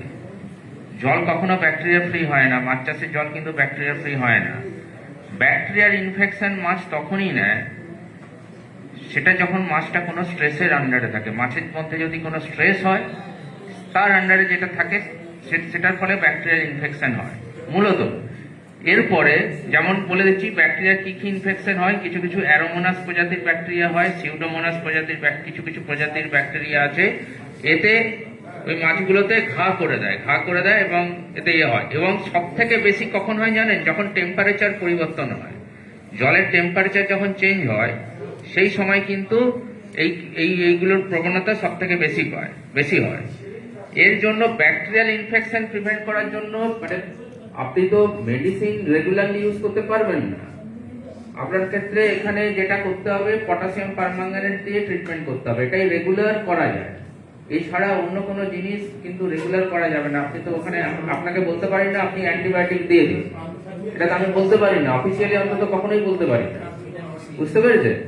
এছাড়া আপনি যখন টেম্পারেচার চেঞ্জ হবে, মানে মাছের জলে যখন টেম্পারেচার চেঞ্জ হবে, খাবারের সাথে একটু ভিটামিন সি আর তার সাথে একটু জিঙ্ক, এটা যদি আপনি দিতে পারেন, এরকম প্রোডাক্ট কিন্তু অ্যাকোয়াকালচার প্রোডাক্ট পাওয়া যায়। ভিটামিন সি ভিরব্যাক কোম্পানি, অনেক কোম্পানির পাওয়া যায়, বা ভিটামিন সি আলাদা করে কিনতেও পাওয়া যায়। এইটা যদি একটু দিতে পারেন তাহলে কিন্তু আপনার এই প্রবলেমটা থেকে অনেকটা সুরাহা হবে। কিন্তু তার আগে আমাকে জানতে হবে অ্যাটলিস্ট আমার ছবিটা দরকার, যখন হয়েছিল সেই ছবিটা আমার দরকার, আপনার কি প্রবলেম সেটা জানতে হবে। এবং ওই স্যাম্পেলটা আমাদের এখানে আমরা মিডিয়াতে ইনোকুলেট করে দেখবো ওতে ব্যাকটেরিয়া আছে না ফাঙ্গাস আছে, এটা জানা খুব দরকার। এবং ওইখানকার যে স্যাম্পেল, হ্যাঁ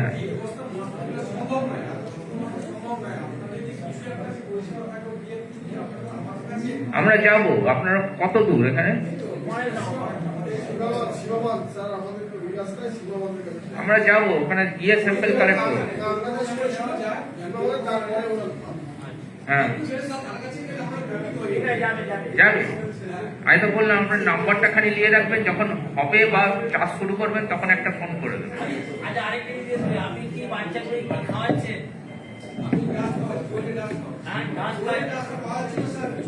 না, আপনি প্রথমে বললেন না 3-4 দিনের মাঝে কমতে শুরু করে, 3-4 দিনের পর থেকে আপনার বাচ্চার মানে জীবিতের হার কমতে শুরু করে।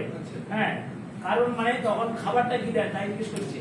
প্রথম অবস্থায় প্রথম দিকে দাস দিলে আপনার কমবে আস্তে আস্তে। প্রথমে আপনাকে কিছু লাইফ ফিড দিতে হবে। লাইফ ফিড মানে যেটা বললাম প্রাণী পানি।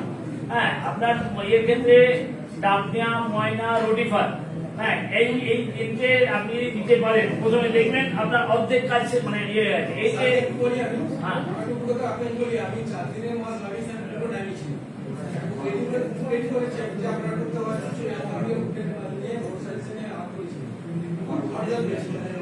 খুব ভালো দেয় 4 দিনের কোনো দিয়ে গাছ এই গাছটি কাজে তাই এবার সেটা ভাবতে হবে। আমি একটা সমস্যা বলে আমি ব্যবসা করি, কাছে পরিষেবাকে ট্যাঙ্ক বানাতে গিয়ে কি করবো না, এগুলো চেক করি। আগুন করতে গেলে ট্যাঙ্ক ছাড়াও হয় না, আগুনটা বাদিয়ে দিচ্ছে একা জল শিখে দিকে আসছে। দেখলাম যে এই প্রবলেমটা এখন আমার সামনে আসছে। ওকে বলবো অমিত কি করে বলতো এবং খাবার দিয়ে করতে গেলে একটা সমস্যা হয়। খাবারের যতই আপনি খাবার দেবেন যখনই, তাতে করে কি হবে, অ্যামোনিয়া লোড বাড়বে জলে এবং মাছ স্ট্রেসে থাকবে। এই স্যার বলছিলেন, আমি বলছি স্যার যে বলছেন না, স্ট্রেস হলেই ওখানে কিন্তু ইনফেকশন আসবে। জলে আছে ব্যাকটেরিয়া, ফাঙ্গাস সব আছে। আপনি দুর্বল হলে আমরা কি হয়, আমরা দেখবেন রোদে ঘোরার সময় আমাশা হয়ে যায়, তাই তো? মানে তখন আমরা স্ট্রেস আমাদের কাছে কিন্তু আছে, এমনিতে প্রকাশ পাবে না, ঠিক আছে? টাইফয়েডের জীবাণু আছে আমাদের শরীরে, কিন্তু হয় না। যখন আমরা স্ট্রেস হয়ে যাবে তখন সেগুলো অ্যাটাক করবে। সেই রকম যখনই আপনার জলের যে পরিবেশটা অ্যামোনিয়া লোড একটু বেড়ে গেল, ঠিক আছে, তখনই কিন্তু অ্যাটাক করবে। কাজে আমাদেরকে প্রথম অ্যাটলিস্ট 1 সপ্তাহ 10 দিন যদি আপনি লাইফ ফিডটা দিতে পারেন, দেখবেন আপনার অর্ধেক প্রবলেম সলভ, অর্ধেক প্রবলেম সলভ। কিন্তু আপনাকে ওই লাইফটা তৈরি করতে হবে। লাইফ আপনি নিজে সলিউশন আপনাকে করেছি, আমরা বলছি না আপনি একটু অনুরোধ করার জন্য মাসিক পঞ্চায়েতের কি আমাদের করে সুবিধা হয় আচ্ছা ঠিক আছে আমরা স্যান্ডেল যাবো একটু বললে অনেক আছে আছে সমাধান হয়ে গেছে আমরা যে উপজেলা করে দিলাম যে করে চারটা করে বেরিয়ে ধরে না ওই করে দিয়েছে এটা কি শব্দ আমাদের এই চাষি দিন চলে আসে 5 টাকা সিস্টেম করে দিয়ে আমাদের রুটিন করে দেওয়া ঠিক আছে ঠিক আছে thank you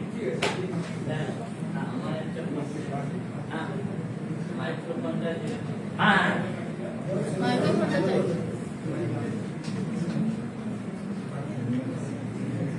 sir gonado trophic হরমোনের ব্যাপারটা যেটা বললেন এটা তো মাছের পিটুইটারি গ্ল্যান্ড থেকে ইনজেক্ট করে মাছের রিপ্রোডাকশনটা করা হয়। আর উনি ওই স্যার প্রথমেই বলছিলেন নাকি ডিরেক্টলি কোনো হরমোন বেরিয়েছে, ওই হরমোনটার নাম যদি একবার বলতেন তাহলে ভালো হতো।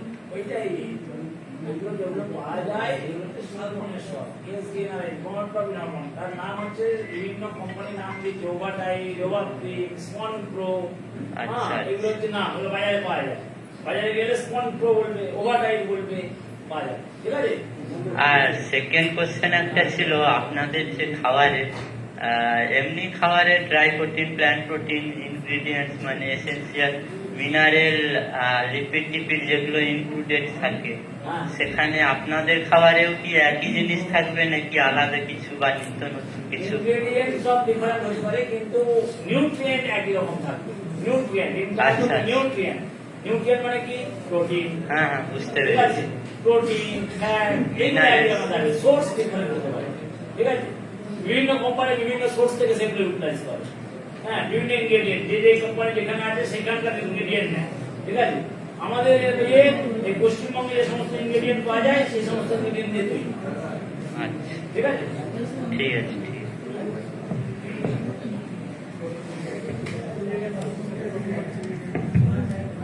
আর কারোর কিছু যদি কোনো বক্তব্য থাকে কোনো চাষির,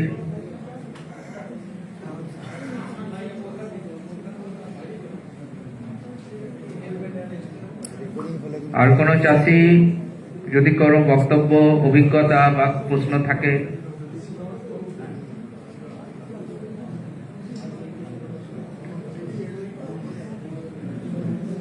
আচ্ছা আমাদের মধ্যে এখানে উপস্থিত হয়েছেন স্যার আমার একটা কথা রিকোয়েস্ট স্যার আপনাদের কাছে, এই যোগাযোগ ব্যবস্থা আপনাদের একটু ভালো করা উচিত। এইবার তো মন্ত্রী এসে আশ্বস্ত করে গেছে। স্যার যোগাযোগ ব্যবস্থা খুবই খারাপ, এই রাস্তায় যে কোনো সময় অ্যাক্সিডেন্ট হতে পারে।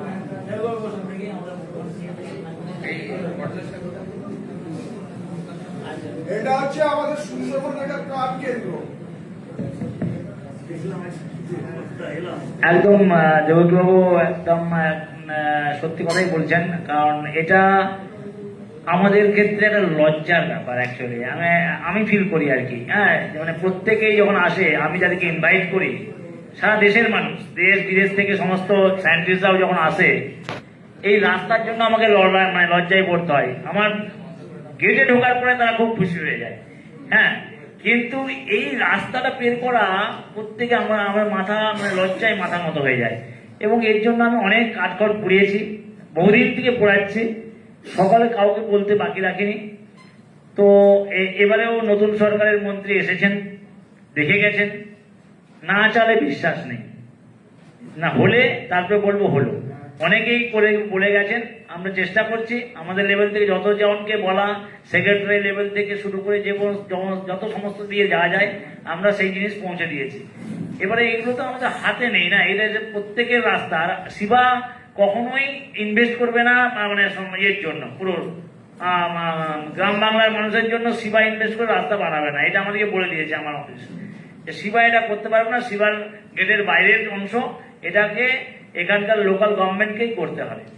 কাজেই আমি সেই সমস্ত বার্তা পৌঁছেও দিয়েছি এবং চেষ্টা করছি যদি রাস্তাটা একবার হয়ে যায় এবং এটা যদি হওয়ার পরে পিডাব্লিউডি কে দিয়ে মেনটেন্যান্স করা যায়, এটা আমার অবজেক্টিভ।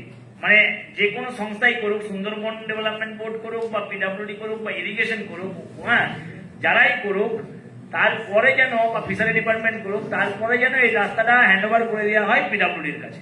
যাতে করে এই রাস্তাটা মেনটেন্স হয়। আমি শুনছি এই রাস্তাটা হবে গিয়ে বাইপাসে, অনেকদিন শুনছি, আজকে বলে নয়, এই রাস্তাটা বাইপাসে উঠবে নামখানা রোডে কানেক্টেড হবে। আমাদের এখানে সংবাদ মাধ্যমের লোকেরা আছেন, ওনারাও শুনে গেছেন, বহুদিন থেকে চলছে, ব্রজবাবু আছেন, হ্যাঁ, ওনারাও জায়গায় জায়গায় তুলে ধরেন জিনিসগুলো। এর আগের বারে মিনিস্টার এসেছিলেন দেবাশিস বাবু, এখান থেকেই উঠে দাঁড়িয়ে বলেছিলেন। তো যাই হোক, প্রত্যেক জায়গায় বলা হচ্ছে, দেখা যাক কতটা কি হয়। আমরা জানি না, এটা আমাদের হাতে নেই। আমার সত্যি এটা লজ্জার বিষয় আর কি। না, আমি জানি আপনাদের তো হবে, আমরা ডেলি আসছি, আপনাদের আসতে তো কষ্ট হবে প্রত্যেকের। হ্যাঁ, প্রত্যেকেরই কষ্ট হবে। স্কুল গাড়িগুলো যায়, যে কোনো দিন অ্যাক্সিডেন্ট করতে পারে। এখানে রামকৃষ্ণ মিশন স্কুল চলে, তারা কোনো কারোরই কোনো মাথা ব্যথা নেই। এত মানুষ, হাজার হাজার মানুষ থাকে, বসবাস করে, কিন্তু কেউ একটাও মানে একটা অ্যাপ্লিকেশন পৌঁছয়নি মানে জনপ্রতিনিধিদের কাছে। এটা তো করার কথা, কিন্তু আমরা সিঙ্গেল অফিস হিসেবে করছি যতটা করা যায়। দেখা যাক কি হয়। আশা করছি এবারে একটা রূপলি রেখা দেখা যাচ্ছে আর কি, যদি মানে হয় আর কি। ঠিক আছে, ধন্যবাদ। আমাদের মধ্যে এখানে উপস্থিত আছেন নেচার, এনভায়রনমেন্ট এবং ওয়াইল্ড লাইফ সায়েন্স মানে নিউজ, যারা নন গভর্নমেন্ট অর্গানাইজেশন, ওনাদের তরফ থেকে উপস্থিত আছেন মিস্টার সব্যসাচী চক্রবর্তী মহাশয়। ওনাদের সাথে আমাদের মেমোরান্ডাম অফ আন্ডারস্ট্যান্ডিংও আছে আমাদের সংস্থার। তো ওনাকে কিছু বক্তব্য রাখার জন্য অনুরোধ করছি।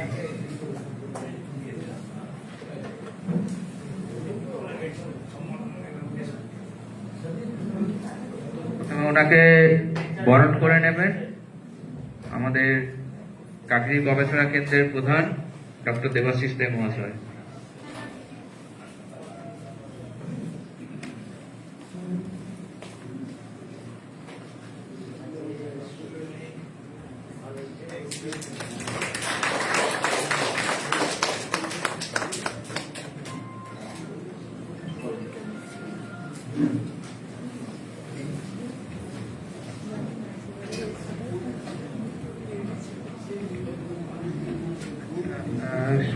সবাইকে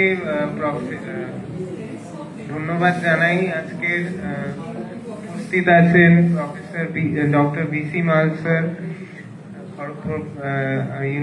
খড়গপুর আইআইটি খড়গপুর থেকে। উপস্থিত আছেন ডক্টর দেবাশিস দে, এখান প্রিন্সিপাল সায়েন্টিস্ট এবং এখানকার হেড, এবং ডক্টর মানসী Chakraborty, subject matter specialist KVK নিমপিট থেকে। তো আমার নাম সব্যসাচী চক্রবর্তী। আমি একটি বেসরকারি সংস্থা nature, environment and wild life society থেকে কাজ করছি, এবং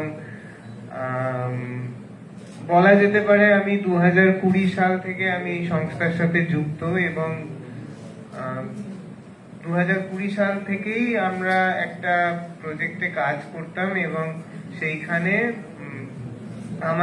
আমাদের যে সিনিয়র যারা আছেন তাদের সাথে ডক্টর সঞ্জয় স্যার যেরকম বললেন কথাটি, যে একটা এমওইউ হয়েছিল, সেটা আসলে আমরা একটা প্রকল্প শুরু করেছিলাম। সেখানে আপনাদের মতনই যারা মৎস্য চাষিরা যারা আছেন তাদের সাথে আমরা এই কাজটা শুরু করেছিলাম। সেখানে আমরা একটা প্রকল্প ছিল যেখানে বাদাবন সমন্বিত মৎস্য চাষ, মানে হচ্ছে যে আগে এই এলাকা সম্পূর্ণটাই বাদাবন ছিল, সেইটা পরে আপনারা এক ধরনের জীবনযাপন ছিল, সেখান থেকে সেই ঘেরি মাছের ঘেরি তৈরি হওয়া, সেই তো, এবং সেইখানে যে সমস্যাগুলো, যেটা যে বেশি পরিমাণে খাদ্য দিলে মাছের যে মোড়ক হচ্ছে বা মাছ মারা যাচ্ছে, তো সেইটা নিয়ে আমাদের সংস্থা ফিলিপিন্সে একটা কনফারেন্সে অ্যাটেন্ড করেছিল, এবং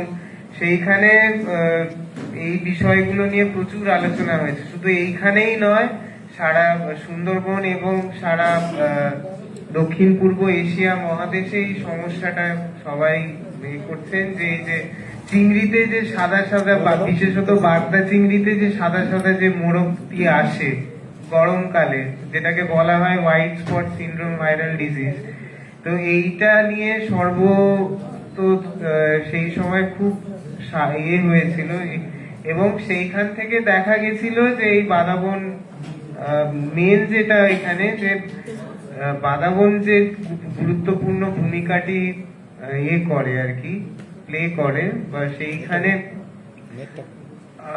সেই যে জিনিসটা চলে যাচ্ছে সেইটাকে কিভাবে ফিরিয়ে আনা যায়, এবং সেইটা মাছের ঘেরি মধ্যে বাদাবন লাগিয়ে কিভাবে এটাকে করা যেতে পারে। কারণ মাছের যে মাছ চাষ এইটা একটা প্রধান হচ্ছে জীবন জীবিকা, সেটাকে না বন্ধ করে কিভাবে বাদাবনটাকে ফিরিয়ে আনা যায় এই একটা মডেল নিয়ে তখন সারা বিশ্বে তখন এইটা নিয়ে বিশেষত দক্ষিণ পূর্ব এশিয়া মহাদেশের যে দেশগুলি আছে সেগুলো নিয়ে তখন আলোচনা হয়, এবং সেইখানে পুকুরের বাঁধের যেটা আছে পুকুরের বাঁধের মধ্যে নোনা জল মৎস্য চাষ যেখানে হয় সেখানে হচ্ছে বাদাবন গাছ পুকুর পাড়ে লাগিয়ে এই একটা মডেল তখন চালু হয়েছিল।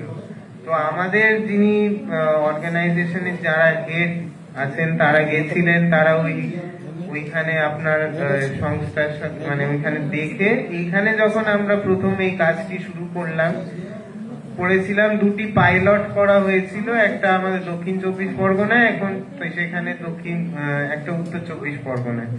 তো এই কাজটি করতে গেলে যে জায়গা যেখানে মানে সর্বোচ্চ যেখানে আমাদের সহযোগিতা প্রয়োজন, বিশেষত আমরা একটা মডেল দেখে এসেছিলাম, সেই দেখে আসার পরে সেটা যে আমরা রূপায়ণ করছি সেখানে ভুল ত্রুটি বা সেখানে যে গাইডেন্স, এবং আমাদের যিনি স্যার আছেন যোগাযোগ করেছিলেন সেইখানে উনি বহু পরিচিত এখান সকলের সাথে, তো উনি গেলেন, ওদের সাথে একটা মৌ হয়েছিল, সেই সূত্রে সেইখান থেকে সম্পর্কটা শুরু।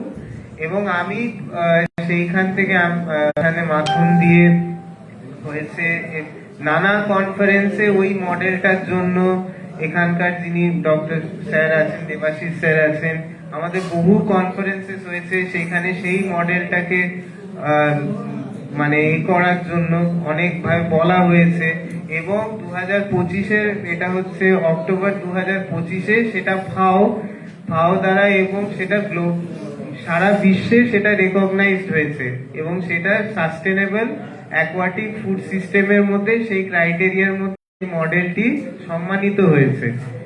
এবং মৌ বলবো না, এখন সেটা একটা খুব ভালো সম্পর্ক হয়ে গেছে। আমাদের যে কোনো প্রোগ্রামে স্যার আসেন, বা স্যার যদি না আসতে পারেন কেউ যান, ওখানে যদি কোনো অনুষ্ঠান হয় আমরা আসি, এখানে নানা রকমের প্রোগ্রাম হয়েছে। এবং বলতে পারি এইটুকুই যে এই মৌয়ের সাথে যে আমাদের যে সম্পর্কটা যেটা তখন শুরু হয়েছিল সেটা এখন অনেক বেশি আরো সুদৃঢ়, এবং আশা করি যে আরো ভালোভাবে জিনিসটা এগিয়ে যাবে। আর হচ্ছে যে আজকের যে দিনটা এটা হচ্ছে আপনাদেরই দিন, কারণ আপনারাই হচ্ছে আমাদের কি বলা যায় শির দ্বারা বলতে পারেন মাছ চাষ। আমরা হচ্ছে একটা সংস্থা থেকে এইগুলো নিয়ে কাজকর্ম কিন্তু করি, কিন্তু হচ্ছে যে আপনারাই এইগুলোর মূল কারিগর, এবং এইটা আজকের দিনটা আপনাদের জন্য আজখানে দেশ যেখানে অব্দি পৌঁছতে পেরেছে বা আগামী দিনে আরো যেখানে পৌঁছবে সেইটা হচ্ছে আপনাদের জন্য। তো আমি আর সেই আমাদের মধ্যে মহাশয় খড়গপুর আইআইটি থেকে বিটেক, এমটেক, পিএইচডি এবং পিএইচডি খড়গপুর আইআইটি থেকে করেছেন, এবং পোস্ট ডক্টরাল বেশিরভাগ সময় মানে কেরিয়ার জীবনের বেশিরভাগ সময় উনি কাটিয়েছেন Indian Institute of Technology IIT খড়গপুরে। উনি ওখানকার অ্যাসিস্ট্যান্ট প্রফেসর থেকে তার কর্মজীবন মানে আইআইটির কর্মজীবন শুরু করেছেন। তারপর উনি ওখানকার যে একটা অ্যাকোয়াকালচার ইঞ্জিনিয়ারিং ডিভিশন, উনি অ্যাকোয়াকালচার ইঞ্জিনিয়ারিং ডিভিশনটা ওনারই অনুপ্রেরণা এবং ওনারই তত্ত্বাবধানে অ্যাকোয়াকালচার ইঞ্জিনিয়ারিং ডিভিশন আইআইটিতে তৈরি হয়েছে। এরপর উনি 2010 সালে আইআইটি থেকে রিটায়ার করার পর উনি জয়েন করেছেন ভাইস চ্যান্সেলর হিসাবে Chhattisgarh Swami Vivekananda technical university villi. তারপর ওখান থেকে রিটায়ার করার পর উনি আবার আইআইটি খড়গপুরে ফিরে এসেছিলেন অ্যাডজাংক্ট প্রফেসর হিসাবে, এবং বর্তমানে নতুন যে ইউনিভার্সিটি কনফারেন্স সব মিলিয়ে 256টা রিসার্চ পেপার উনি পাবলিশ করেছেন, এবং ওনার তত্ত্বাবধানে ওনার গাইডেন্সে 18 জন পিএইচডি পাস করেছেন এবং 51 জন এমটেক করেছেন ওনার গাইডেন্সে, ওনার গাইডেন্সে 18 জন পিএইচডি, 51 জন এমটেক করেছেন। তো উনি ওনার বিভিন্ন অ্যাওয়ার্ডে উনি ভূষিত হয়েছেন। এর মধ্যে আছেন উনি American Society of Agriculture and Biological ইঞ্জিনিয়ার্সের উনি ফেলো নির্বাচিত হয়েছেন। এছাড়াও অনেক আউটস্ট্যান্ডিং অ্যাওয়ার্ড উনি পেয়েছেন, যেমন হচ্ছে নেহেরু অ্যাওয়ার্ড, ডার্ট জার্মানি থেকে উনি ডার্ট ফেলোশিপ পেয়েছেন এবং আলমিয়া ইউনিভার্সিটি থেকে উনি ফেলোশিপ পেয়েছেন। এছাড়া বিভিন্ন জায়গা থেকে, পৃথিবীর বিভিন্ন জায়গা থেকে উনি এবং ভারত এবং ভারতের বাইরের বিভিন্ন জায়গা থেকে উনি বিশেষ সম্মানিত হয়েছেন। এবং উনি ওনার আইআইটি থেকে বেস্ট ভাইস চ্যান্সেলর অ্যাওয়ার্ড পেয়েছেন 2013 সালে এবং গোল্ড মেডেল পেয়েছেন আইআইটি থেকে এবং ডিস্টিংগুইশড অ্যালামনাস অ্যাওয়ার্ড পেয়েছেন আইআইটি খড়গপুর থেকে। তো এই হচ্ছে ওনার প্রফেশনাল জীবনের একটা বিভিন্ন, বুঝতেই পারছে কেমন অলংকৃত প্রফেশনাল জীবন। তো ওনার বক্তব্য শোনার জন্য আমরা অধীর আগ্রহে অপেক্ষা করছি। তো এর সাথে আমি প্রফেসর মালকে অনুরোধ করব আজকে আপনার একটি মূল্যবান বক্তব্য রাখার জন্য।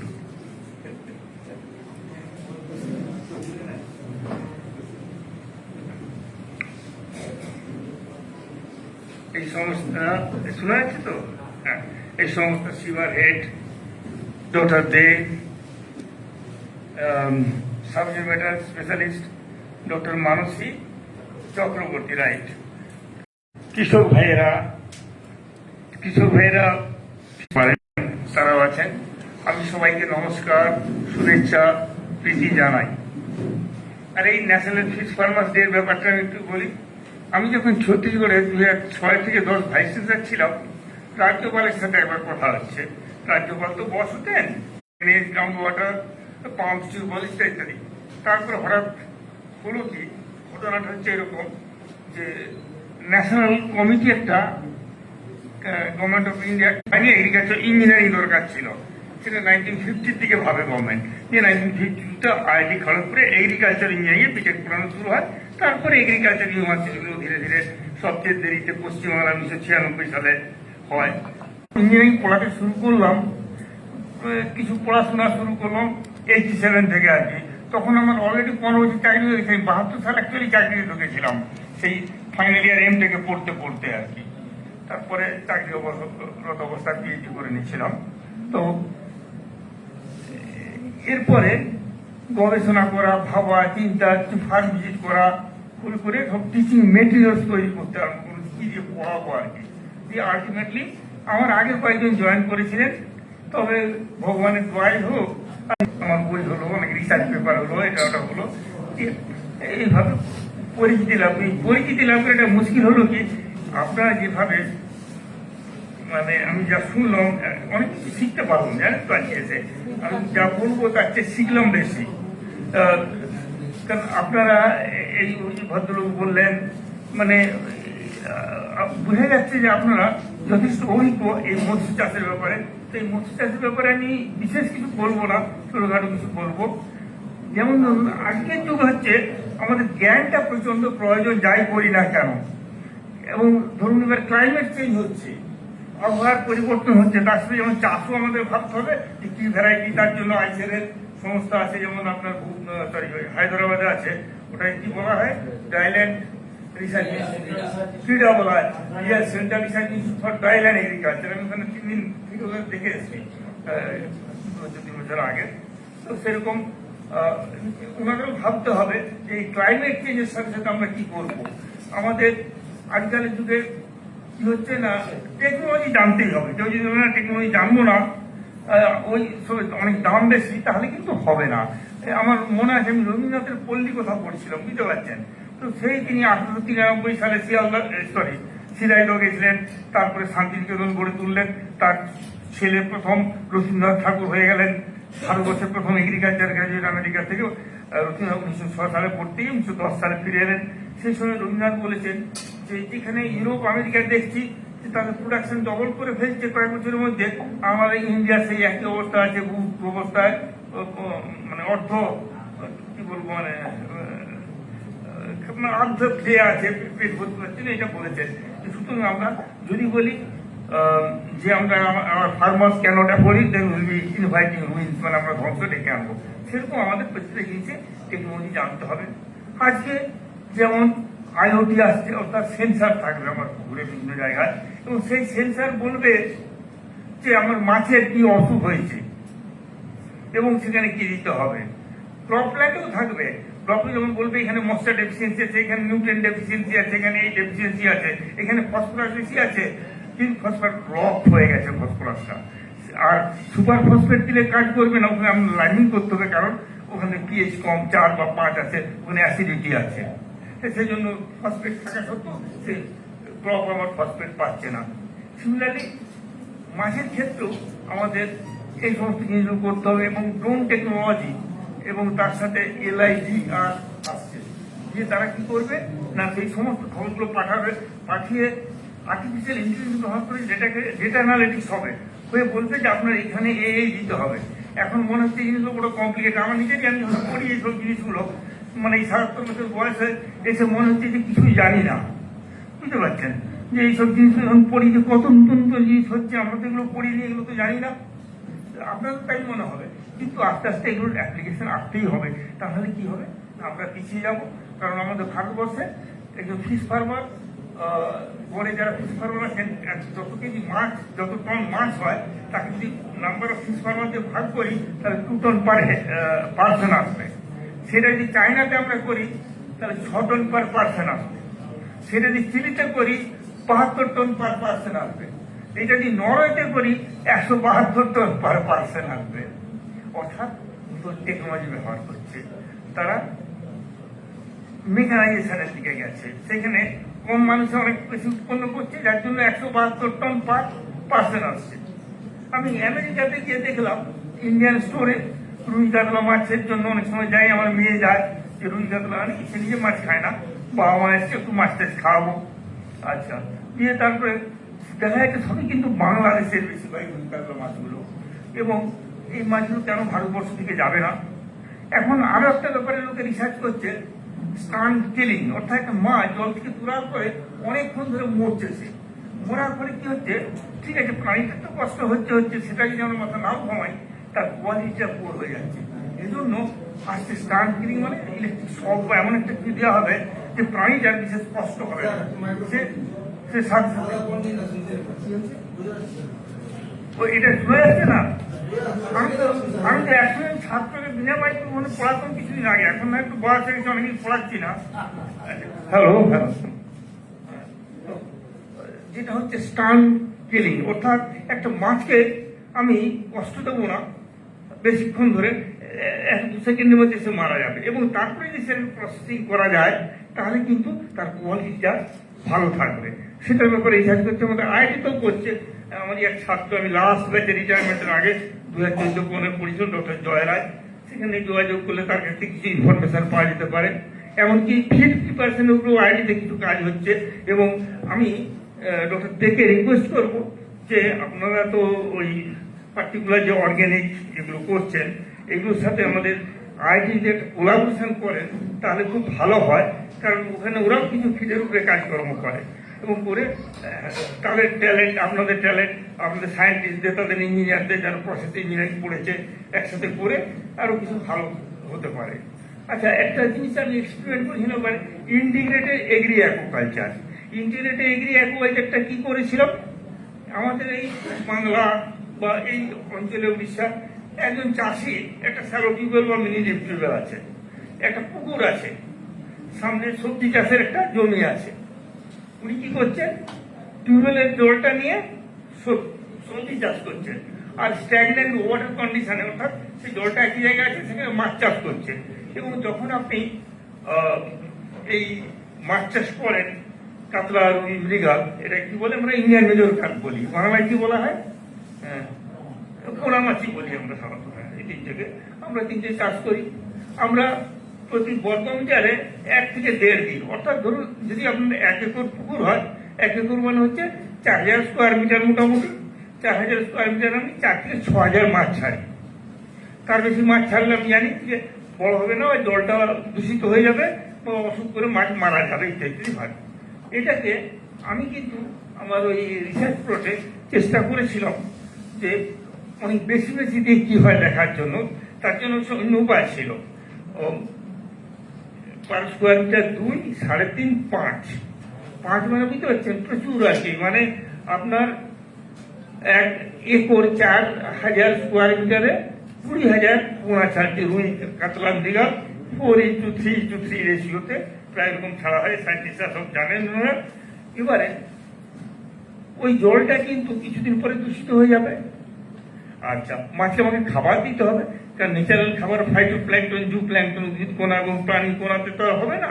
ন্যাচারালি আমাকে কম্পাউন্ডেড ফিড যেটা আপনারা জানেন সেটা দিতে হবে। আচ্ছা, তারপরে অক্সিজেন কম পড়বে, এয়ারেটার চালাতে হবে। তারপরেও কিন্তু জলের কোয়ালিটি মেনটেন করা যাচ্ছে না। Ammonia nitrogen, nitrile nitrogen, nitrous nitrogen, এই সমস্ত অর্থোফসফেট এই সমস্ত বেড়ে যাচ্ছে আর ডিজল অক্সিজেন কমে যাচ্ছে। এইবারে আমি করছি কি, ওই জলটা কিন্তু মাছের জন্য ক্ষতিকারক কিন্তু শস্যের জন্য ভালো।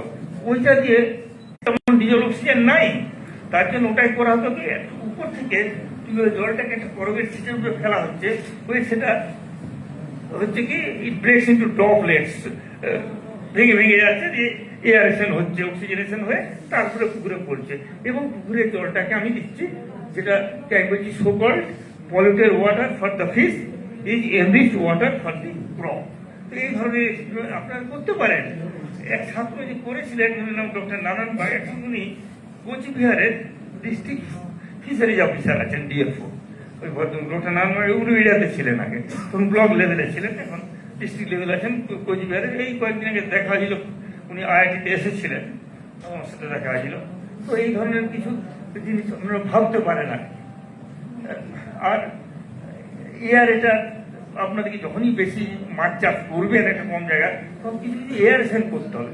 এয়ারেশন আপনি বলছেন পাম্পের জলটাকে তুলে, পাম্প দিয়ে জলটাকে তুলে ফেললে এয়ারেশন হয়, নিশ্চয়ই হয়, কিন্তু যদি in terms of energy efficiency ধরেন তাহলে কিন্তু ওটা খুব একটা এনার্জি এফিসিয়েন্ট নয়।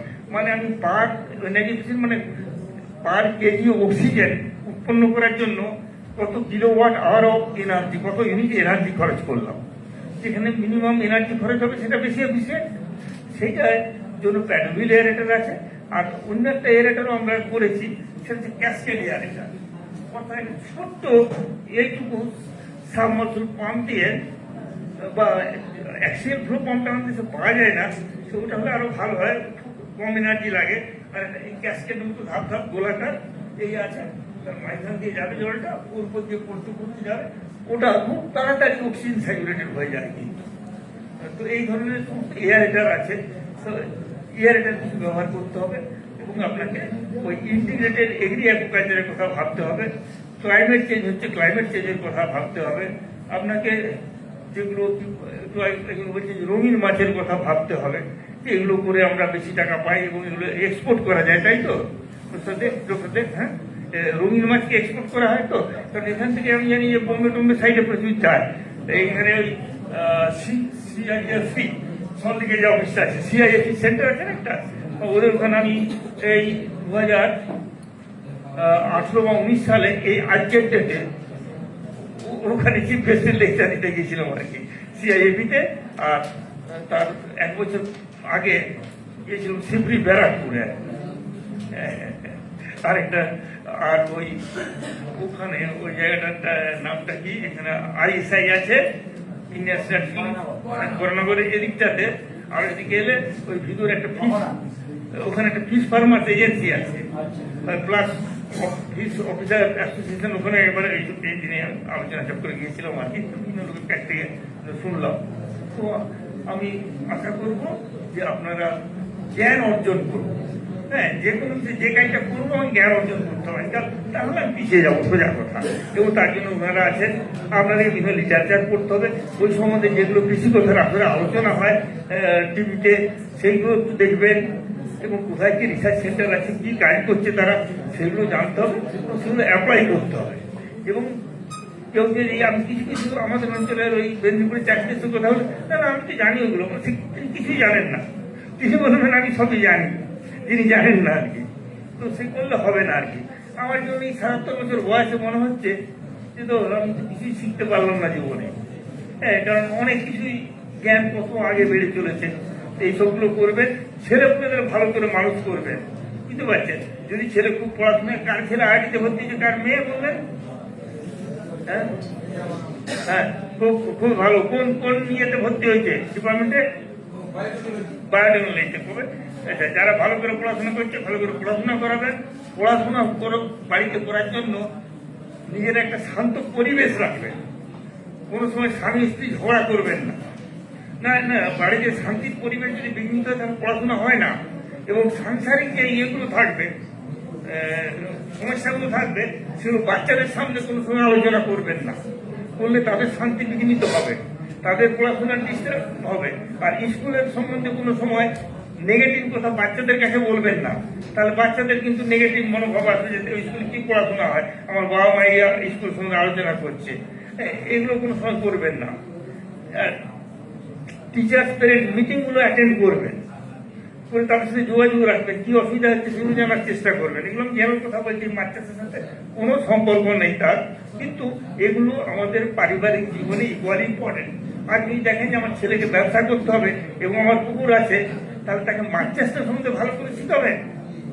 হ্যাঁ, যে এই সায়েন্টিফিক আগে সে হাসিলে কিন্তু পড়ার পরে তাকে অত সায়েন্স কিছুটা জানতেই হবে, পিএইচ কি জিনিস তাকে বুঝতে হবে, অর্থোফসফেট বুঝতে হবে, তাকে ডিজেল অক্সিজেন বুঝতে হবে, অ্যামোনিয়া নাইট্রোজেন বুঝতে হবে, এই জিনিসগুলো আজকে বুঝতে হবে।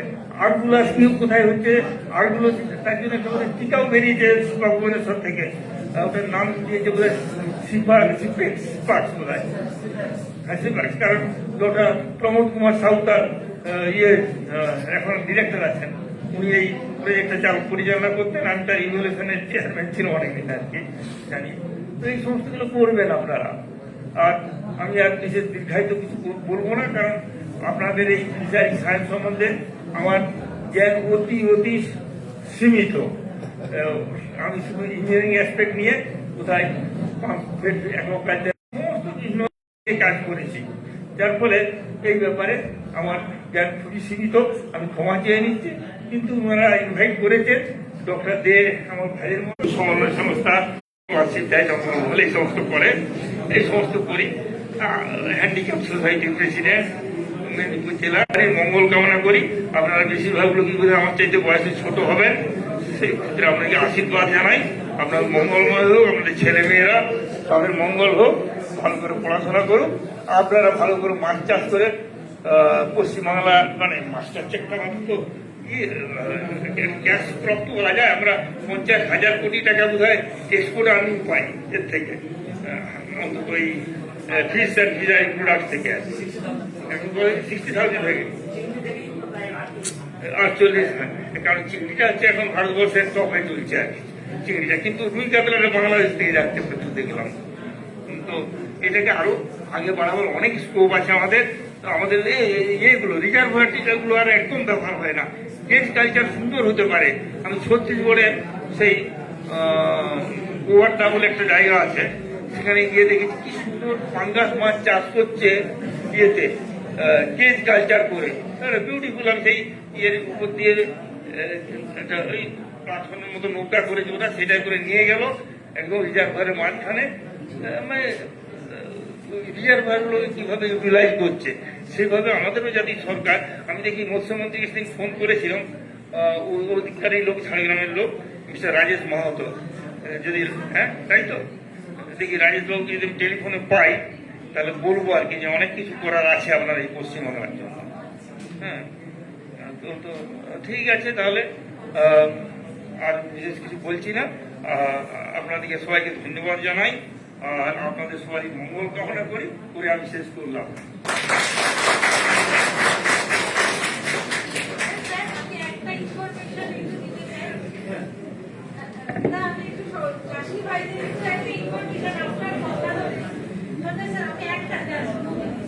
সেটা হচ্ছে যে স্যার বলছিলেন যে পাম্পের ব্যাপারে কৃষি বিজ্ঞান কেন্দ্র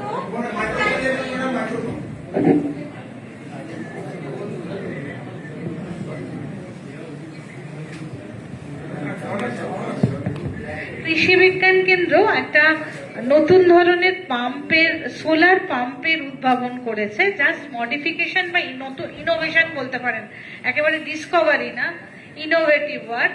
ইনোভেটিভ ওয়ার্ডটা কিরকম, যে ধরুন মাছের পুকুরগুলো তো আলাদা আলাদা জায়গায় হয়, এক জায়গায় তো সবসময় হয় না। বিশেষ করে যারা মাঝারি ধরনের চাষি, বড়দের আলাদা কথা, যাদের ভেরি আলাদা কথা, তাদের কি হয়, একটা পুকুর এখানে তো আরেকটা পুকুর ওখানে তো আরেকটা পুকুর ওখানে। তো সব জায়গায় তো সোলার সিস্টেম করা সম্ভব নয়, তাই তো? এইবারে আমরা একটা ব্যবস্থাপনা করেছি, একটা একটু বড় ধরনের যে ভ্যানগুলো আছে, ভ্যানের উপরে সোলার প্যানেল, এবং সেই প্যানেলটা ফোল্ডিং, ঠিক আছে? যেখানটায় রোদ্দুর পড়ছে সেখানে প্যানেলগুলো ফোল্ডটা খুলে দিয়ে চার্জ দিয়ে নিচ্ছি। এইবারে আপনি যেখানে আপনার দরকার সেখানে আপনি ওটাকে ফিট করে আপনি ওয়াটার ট্রান্সফার করুন আর এরেশন করুন, বা যেভাবে হোক কাজে লাগবে। মানে এনার্জিটা তো আপনার অনেক লাগছে পাম্পে, এবং সেক্ষেত্রে আপনি ওই পেট্রোল পুড়িয়ে নানান রকম এই কার্বনের হিসেব আমি অত আর যাচ্ছি না, ওই সবে না গিয়ে এই আর ভূগর্ভস্থ জল না তুলে এক পুকুর থেকে আরেক পুকুরে ট্রান্সফার করা, এই ধরনের জিনিসটা কিন্তু অনেক কম খরচায় করতে পারবেন আপনারা। এখানে যে কোনো চাষি যদি ওটা দেখতে চান, সরাসরি আমাদের কৃষি বিজ্ঞান কেন্দ্রে আসুন দেখতে, বা স্যাররা আছেন, স্যাররা যোগাযোগ করলে, স্যারের সঙ্গে তো আমাদের আত্মিক সম্পর্ক, মানে যে কোনো কিছু হলেই তো আমি স্যারকে অনুরোধ করব, সঞ্জয় স্যারও আছেন, যে এই ধরনের একটা নতুন ইনোভেশন আমরা করেছি, এবং সেটা আমরা নিকরা প্রজেক্টের আন্ডারেই করেছি, যেহেতু ক্লাইমেটের আন্ডারে। তো সেই জন্য আপনারা আসুন। এটা হ্যাঁ, ওটা আমরা এখনো করতে পারিনি, চেষ্টা করছি।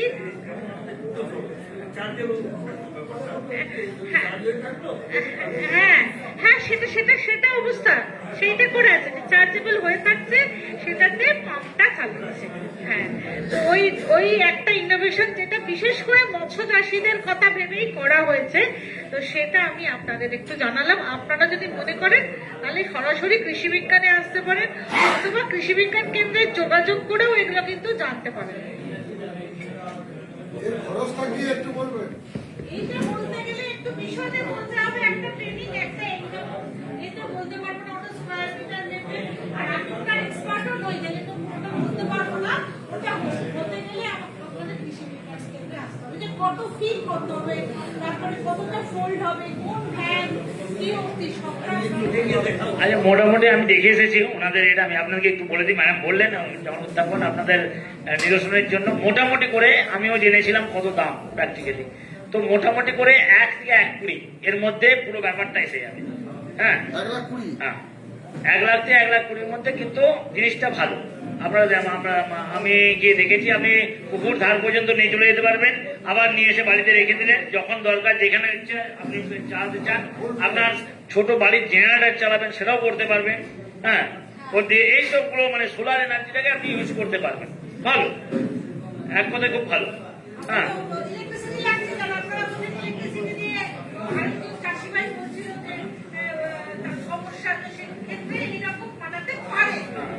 ব্যাটারি থাকবে তো ওর সাথে, হ্যাঁ, স্টক রুম যেটা বলা হয়, স্টক রুম আপনি নিয়ে যেতে পারবেন, যেখানে ইচ্ছে নিয়ে যেতে পারেন, নিয়ে গিয়ে তারপরে দেবেন রোদ্রে থেকে আপনি স্টার্ট করতে পারবেন। তো চার্জ নেওয়ার সোলারের প্লেটটা নিয়ে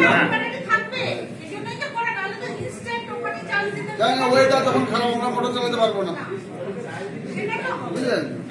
হ্যাঁ, সেটা তো সোলারের প্রবলেম তো আছে। হ্যাঁ, রোদ না হলে তো সোলার চলবে না, স্টোরেজটা থাকতে হবে। আমি আরেকটু কথা বলি। স্যার এসেছেন অনেক দূর থেকে, স্যার প্রথম থেকেই বলে গেলেন আমি কিছু জানি না এই ফিশারির, কিন্তু স্যার কিন্তু আমাদেরকে অনেক পরামর্শ দিয়েছে। আপনাদেরকে জানিয়ে রাখি, এই রিসেন্টলি স্যারকে ডেকে এনেছিলাম একটা কারণেই। স্যার বললেন না কিছুদিন আগে এসেছিলাম, আমরা যখন এই ইলিশের প্রজনন নিয়ে ভাবছিলাম, এই কনস্ট্রাকশনটা, হ্যাঁ, যেটা রূপায়ণ করা হয়েছে, আপনারা দেখবেন, এরপরে আমরা নিয়ে যাবো। তো এই সময় কিন্তু স্যারের পরামর্শ আমরা নিয়েছি। এখানে এসে আমরা পুরো ডিসকাস করে সিপিডব্লিউডির সঙ্গে স্যারকে আমি ইনভাইট করেছিলাম স্যারের পরামর্শ নেওয়ার জন্য। কাজে স্যারের পরামর্শ সমস্ত ক্ষেত্রেই আছে। হয়তো আপনারা দেখতে পাচ্ছেন না যে অ্যাকোয়াকালচার, স্যার বলে গেলেন না আমি অ্যাকোয়াকালচার কিছু জানি না মাস্টার, কিন্তু এই যে ইনপুট গুলো, এইগুলো কিন্তু আমাদের যে এই মৎস্য চাষকে, এই সায়েন্সটাকে এগিয়ে নিয়ে যাওয়ার জন্য ভীষণভাবে ইম্পর্টেন্ট একটা ব্যাপার। আর স্যারের যে কন্ট্রিবিউশন এটাতে, এখানে আমরা অ্যাকনোলেজ করছি যে স্যার এই যে আমাদের যেটা আমরা স্থাপন করেছি, যে স্যালিনিটি গ্রেডিয়েন্ট সিস্টেমটা, হ্যাঁ, যেখানে ইলিশ মাছকে প্রজনন করানো যাবে, সেখানে কিন্তু আমাদের প্রফেসর বিসি মালের অবদানও আছে। এটা আমরা প্র্যাকটিক্যালি এইখান থেকে আমি অ্যাকনোলেজ করতে চাই স্যারকে।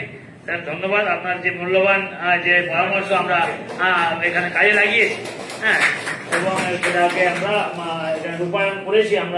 আমরা যেটা ভেবেছিলাম এবং আপনার পরামর্শ নিয়েছিলাম, দুটোকে মিলিত করে আমরা এখানে করেছি। ধন্যবাদ।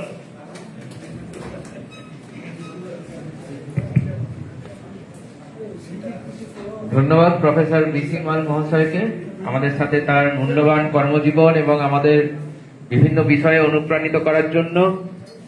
এবং ওনার আমরা ডক্টর দে ইতিমধ্যেই বলেছেন আমাদের যে হিলসার স্যালিনিটি গ্রেডিয়েন্ট এখানে তৈরি করা হয়েছে তার জন্য ওনার অবদান অনস্বীকার্য। এরপর আমাদের যে অতিথিবৃন্দ আছেন তাদের আমরা আমাদের তরফ থেকে, আমাদের হৃদয়ের তরফ থেকে একটি ছোট্ট গিফটের মাধ্যমে আমরা গিফট আমরা উপহার দিতে